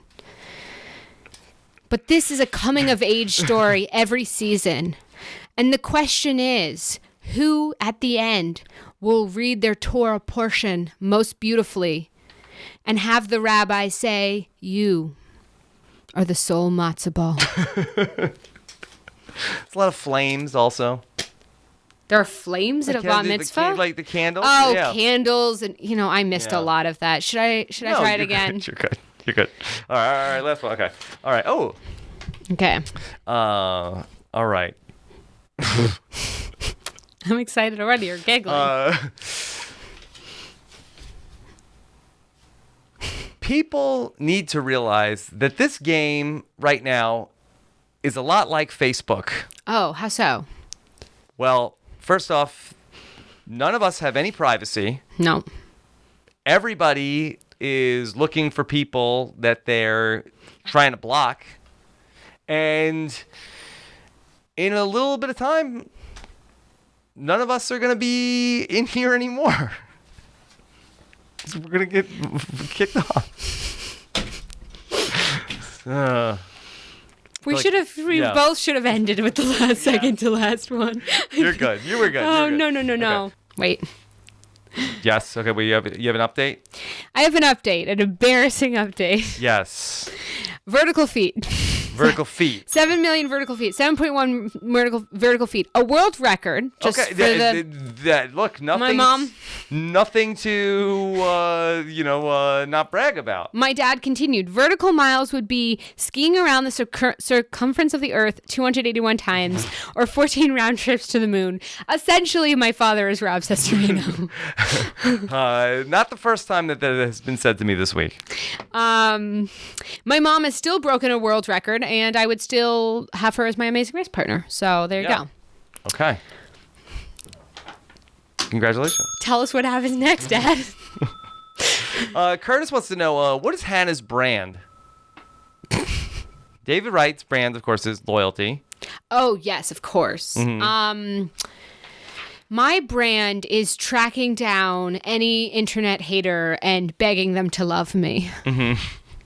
And I would say that on work? Survivor. Yeah. Poorly, Rob. Yeah. If someone doesn't like you, begging them to love you is not going to change it. Yeah, probably not. I do feel like I care less than I did you've podcasts ago. You've made progress. Well, I mean, there's you have a couple options, right? Mm-hmm.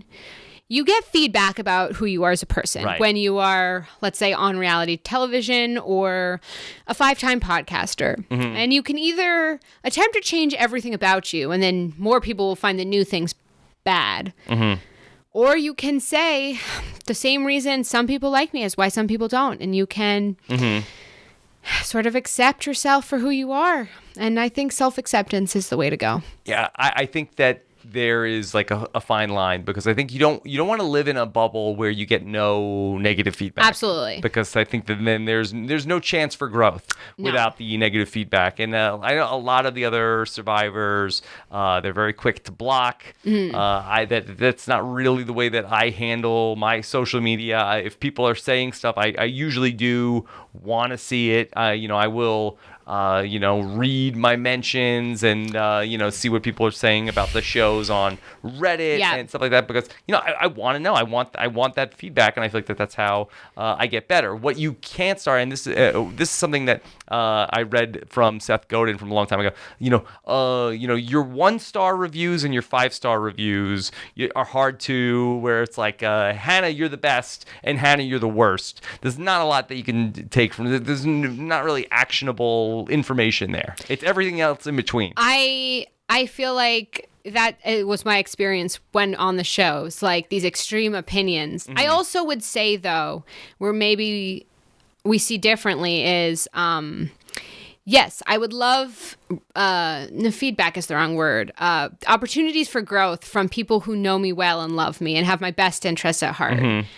I think if I'm reading a message board and see a comment, I'm not sure that person knows me or understands me. I will say I did learn a lot from just watching even myself back on the show. I remember getting a lot of hate for the episode in which I argued with like Zeke and Adam. And I watched that argument back and thought, I do argue like that. And that is really annoying when I do that. Oh. I wish I hadn't learned the lesson on national television, but if you can be open to, if your first defense isn't, oh, that's just the edit or that's not fair, then you sort of take a step back and you go, oh, I see how I can grow. But at the same time, you're not going to be everyone's cup of tea. And I think it's okay to both grow, but also just accept the things about yourself.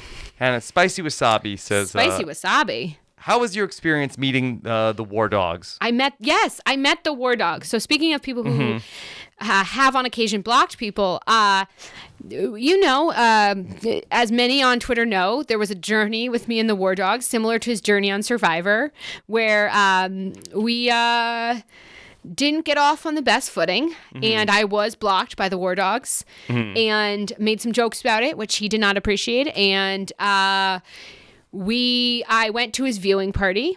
Yes. He's in law school in Los Angeles. Were you unblocked when you went to the viewing party? Yes, I had already been unblocked. Okay. I did not know why. That was really putting the best foot forward. That somebody who had recently blocked you, then you went to go see them in person. Well, I had apologized through other channels but also was making jokes because I thought a lot of it was really funny, and he did unblock me, and then I was reached out to by a different person and told War Dogs would like you to know you're welcome at this viewing party. There was an intermediary who will remain unnamed, and War Dog summoned you. War Dog summoned me, and I thought it was really nice of him after our, because I was offended by what he did. He was offended by how I reacted. So there was mutual, I thought it was it was a high road to invite me. And I was just so curious. And I brought him I brought him gummies, a fish. And he was absolutely lovely and welcoming. And why a fish? Because gummy fish are kind of like Survivor. They're chewy, they're tasty, and when you're done, you realize you'd rather have some real sushi. So he is just as mind game dynamic as you see on the show. I really believe that War Dogs on the Island is like his best environment. Right. Like, I think he's a big personality who loves chatting and doing that, and I can see why he thrived in Fiji. I had a great time, and I'm thankful he invited me, and I hope to see him, War Dogs, again at any finale events. There are. All right. Hannah, what else do we need to talk about? We talked about all of the... How long have we gone? I'm so curious. What is our... Just a shade under 2 hours. Oh, this is short for us. Shorter. Aren't we usually at like 2.5? I guess so, but look, we judge it by the quality, not the... Oh no, the people are going to be like, oh, Hannah's on again. They're going to be like, this is a 5-minute podcast. Like, oh, that flew by. Well, I've been writing for Men's Health. Oh, yes. No, I have this open. So you tell me about how this came to be, that you write for Men's Health, which, the when obvious thing. Of Hannah Shapiro, I think of, health of men. Men's fitness magazines. I would like to show right now. Look, I have been working out. Okay. All People are going to be like, there's nothing there. No, I feel very strong. I've been doing HIIT classes and yoga and boxing and cardio and cycling. I feel like I'm in very good shape, but that is not how I got the job at Men's Health. So are you going to be appearing on a Survivor season soon? I'm very retired at the moment. Okay. I'm like the person eating applesauce and judging the youth.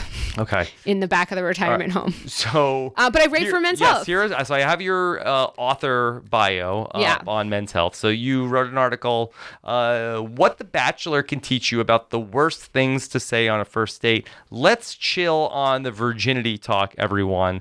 So you're saying that if a lady is on a date with a guy, that she should not ask him if he's a virgin. I'm going to put this in a little bit of context. Okay. I was talking about the Bachelor season with Colton Underwood, in which the word virginity was mentioned probably 7 million vertical miles times. they kept calling him a virgin. Every date he went on, it was like all about why he's a virgin. And so I think I was trying to say there are more interesting things about this man than the fact that his war dog has never seen a David Wright. I did it. I've broken the podcast. Please keep that in. Okay. I stand by that. That's what that was about. The articles I write for men's. David Wright is the. Oh God! Don't break this down. All right. Sorry. That was not. There was nothing okay. behind that other than me being silly. Okay. A lot of the articles I'm writing for Men's Health are slightly comedic and weird, and I'm working with a great editor, Jordan Taylor. Yes. And what should you do that that if this comes up on the first date, how should people approach this? I would just say if you're asking someone intrusive questions about their experience in a bedroom, maybe let them be the one to bring it up. Mm-hmm. Could you just throw the subject out there, like just shout the word virginity at them and see if they flinch? Right, or that do you mind if I ask you intrusive questions? And if they say yes, then go for it. Yeah. Then doors open at that point. Then it's open. Okay. All right. Then you have an article. Who would the Game of Thrones characters be if they went to the gym? So what happened here? You matched up the Game of Thrones characters with types of people that you see at the gym. Yeah. Do you want to just read one just to give the podcasters like a taste? Because this makes so weird. Yes. No sense out of context. Okay. Choose your favorite one. All right. So let's see. I had a lot of fun writing this, by the way. It was a little bit more detailed and more fun than when we tried to match them to players, and all we could think of is Victoria Sansa or Ygritte. So Gendry is the only guy who uses that janky old rowing machine. Because for many seasons of Game of Thrones, he was just rowing around the Seven Kingdoms. Mm-hmm. I think that my description of that goes a little farther than that. Yes. But basically, I paired Game of Thrones people with gym stereotypes because it's Men's Health. Mm-hmm. Yeah. Daenerys is the show-off in hot yoga. If you keep going, the joke makes sense. Mm-hmm, yes. And I get it. Yeah. She's the one who can't feel the heat in the hot yoga room because she is a true Targaryen. Yes. Okay. And then 8 Survivor contestants reveal the best behind-the-scenes moments you never saw on TV. What's this about? So I wrote a couple articles. The first one I wrote was about gross things that happen to your bodies, and this is the second thing, which was downtime on Survivor. It's basically I've started writing articles that are just collecting stories from former players that give you a bit of a behind-the-scenes peek. This one was about all the downtime. Like my favorite memory from Survivor is probably right after the Mari vote. We all had a lot of steam to let off, and we played dirty charades on the beach. Whoa. We made a big bonfire and had a lot of fun, and those are the kind of moments that don't make the show. What were some of the gross moments? Oh, man, the stories I got were really intense. Sunday got a bug bite that got infected and ended up having multiple surgeries on her my God. elbow. Andrea ended up in the hospital as well. I'm trying to think. I collected stories from people about what happens to your body when you leave this show, because it can be very intense and gross. There were a bunch of hospital visits. I talked to Neil, who famously had his medevac. Yeah. And what that was like being in a Cambodian hospital. Yeah. I basically just collected behind the scenes shenanigans. Yeah, I didn't know Men's Health had so much Survivor coverage. Apparently, these Survivor articles have been doing well, and so my editor says, "Bring on the Survivor." Keep going. Articles. Men's Health. The other kind of articles Men's Health has are very different than this. Mm-hmm. There was a hilarious article recently about penis enlargement surgery. Knock, knock. And it was really fun. Yes. Okay. And was it pro or against? It was penis enlargement. If a certain kind of exercise could enlarge your penis, and scientifically it couldn't, was the conclusion. It was written by a woman, and it was quite graphic. Okay. I did not write that one though. All right, but you would consider a follow up. I love the sort of articles Men's Health writes. I'm having a lot of fun gearing articles towards gym bros. Will you write anything for Women's Health? I know less about that. Okay. No, my editor is connected to Men's Health, so I'll probably stick to that for now. Okay. Hannah, we have a hashtag here for your 5th time out in the studio. I mean, I feel like 5-timer club. 5-timer club. We didn't really say that, though, did we? Anything about war dogs? Let me think. I feel like I always struggle with the hashtag. It's the thing I struggle the most with. I don't want to put pressure on you. How about... This is the one thing I can pull these things out of my head. Let's get away from it. Okay, we're getting away. Let's come back. All right, so what will you do after this tonight? Tonight specifically? Yeah. I'm working on a friend's project tomorrow, and so I have to read through the script for that. Mm-hmm. Yeah, it sounds pretty lame, but I just... You have to work on your friend's script? No, my friend asked if I would be in her friend's project, so I haven't read what the part is. What's the project? I'm going to read about it in my email tonight. But what is it? Are you acting? It's tomorrow morning. Apparently. That's a perfect Ken impression. You don't have to say that every time. I was trying to figure out... No, it was... Apparently. It was a great Ken impression. Mm-hmm. That was the sound. I don't do impressions. Mm-hmm. You don't do any impression? I don't do voice. My brother's really good at doing like accents. I can't. Mm-hmm. You can't do any impression of any celebrity?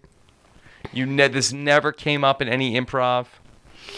I've never been able to. I can't.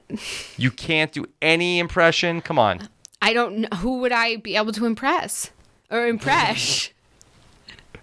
I don't know who you could impress. There's nobody? It's never happened before?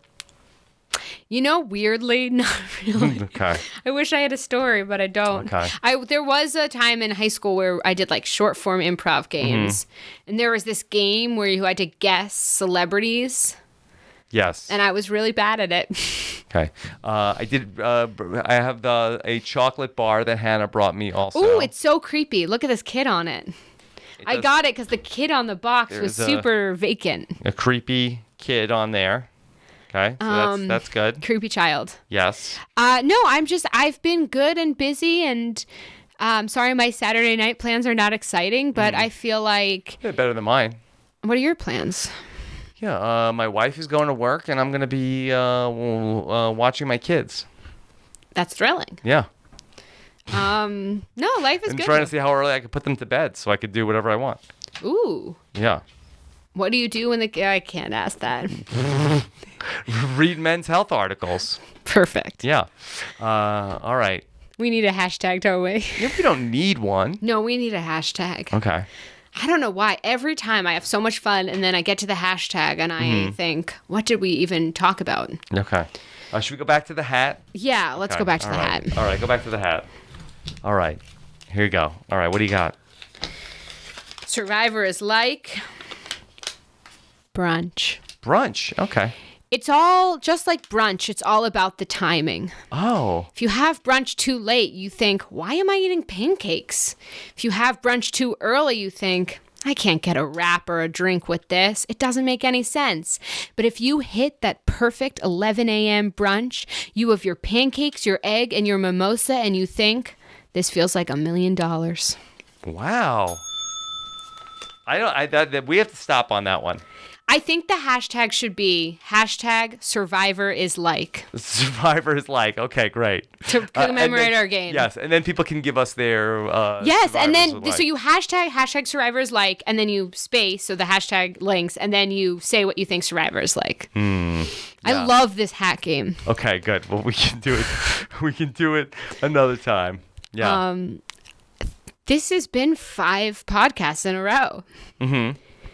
Every season started with Game Changers, then HHH, then Ghost Island, then Goliath. Dave vs. Goliath. Yes, and then we have this current season of The Edge of Extinction. And if we keep continuing, yes, do you think certain members of other seasons comes and murders me? No, Do they I don't murder think me? so. I don't think so. Well, first, look, you've got a lot going for you. That you're somebody that I've invited back.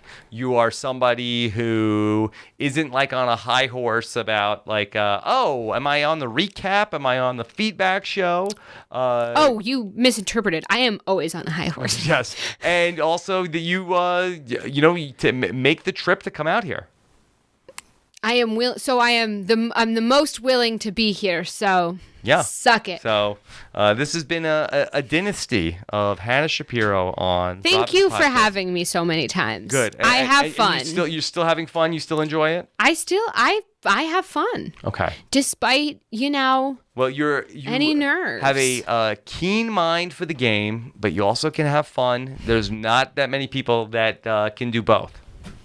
Thank you. And there's A not lot of the guests can do a 10 out of 10 in one, but there's very few people that can be that song of fire and ice. I was going to say ice and fire. I was going to say that. Yeah. And there's not many hosts that could turn my apologies into brilliance. Yeah.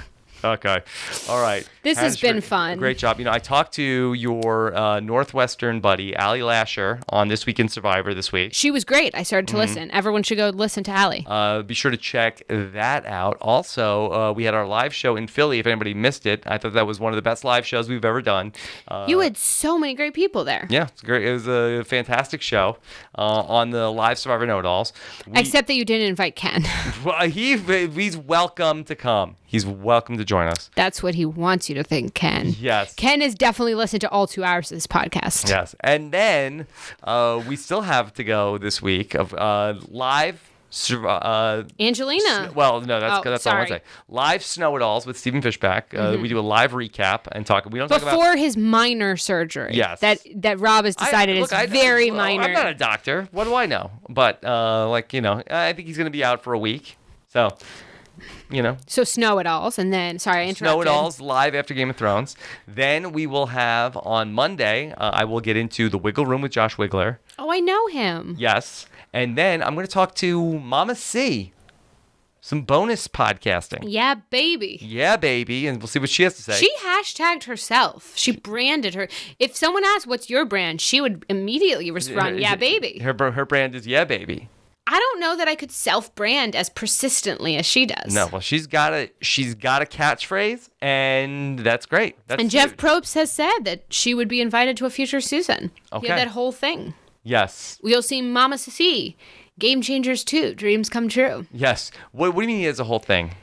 What? He said that on a finale? He said it in some article. Remember when Gavin's referenced Game Changers? He said, Game Changers. we're going to be game changers. Hashtag Game Changers. And someone else said, we're going to be future healers. Yes. And we said, we're not doing that hashtag, Gavin. Hashtag Game Changers. We're not doing it. Okay?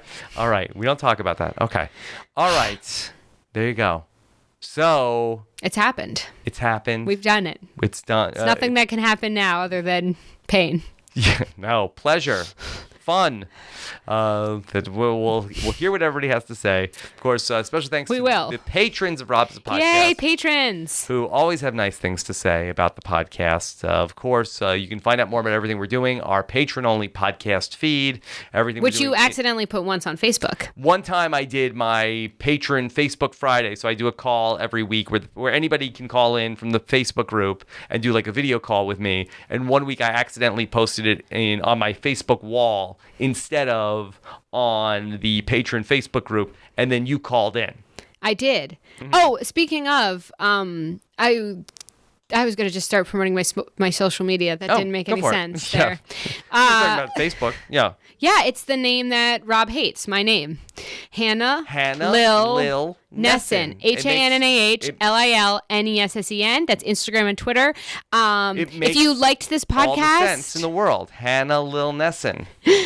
If you liked this podcast, that's my Twitter and Instagram. If you didn't, Pineapple Girl 27. It's Lolly Alexander. Lolly _ Alexander. And I will say, I feel like the further away I get from this show, the more sort of like... Which show? The podcast or Survivor? Being on Survivor. Okay. I think the more blunt I get about these lovely people that put their lives in front of us. And I really think that this season is starting to surprise me. And I'm really enjoying watching them all do their thing. I mean, everyone, they all seem to be having a lot of fun with it. Julie, her daughter, is hilarious. If you check out Julie's social media, her daughter is my favorite person. She like reads Reddit hate for her mom. Yeah. I think the cast is doing a great job, and I can't wait. If you did listen to this and you are part of the cast, don't listen to podcasts during your season. But also, I can't wait to meet you all, hopefully, when you come to LA. All right. That's going to do it for us. Thank you so much for listening. Thank you for having me. We'll see you for the 6th time during Survivor 39. The one before 40. Survivor Season 39, the one everybody's very excited about. Yeah, I think season 39 will be a real winner of a season. Get it? Because yeah. Season 39 is around the corner. We have to wait that long to talk to you again? Do you ever want to podcast about anything else? We'll talk about it after, maybe. Okay. I like other things. Hey, look, you've got that Money in the Bank pass for Robin Akiva Need a Podcast. I thank you for the gifts. Yes. Do you know what that is, Robin Akiva Need a Podcast? Yes, I listen to every podcast that you do. Oh, yes. Okay. That's why you're so on top of everything. Yeah, I like that you really reward people who stays involved in the podcast community. Yes. Okay. Well, Hannah, thank you again. Thank you. Also, can I say, because we've given so many shout outs to the haters, thank you to all the really, really nice people, the lovers. I read your messages. I love them. It's so fun to hear your thoughts. I don't only focus and obsess over a few of the haters. I think every time I do this podcast, there are so many nice messages, and I really enjoy it. Okay. All right. Thank you to the lovers. More to come. Thank you so much for listening or watching. Take care, everybody. Have a good one. Bye. Bye.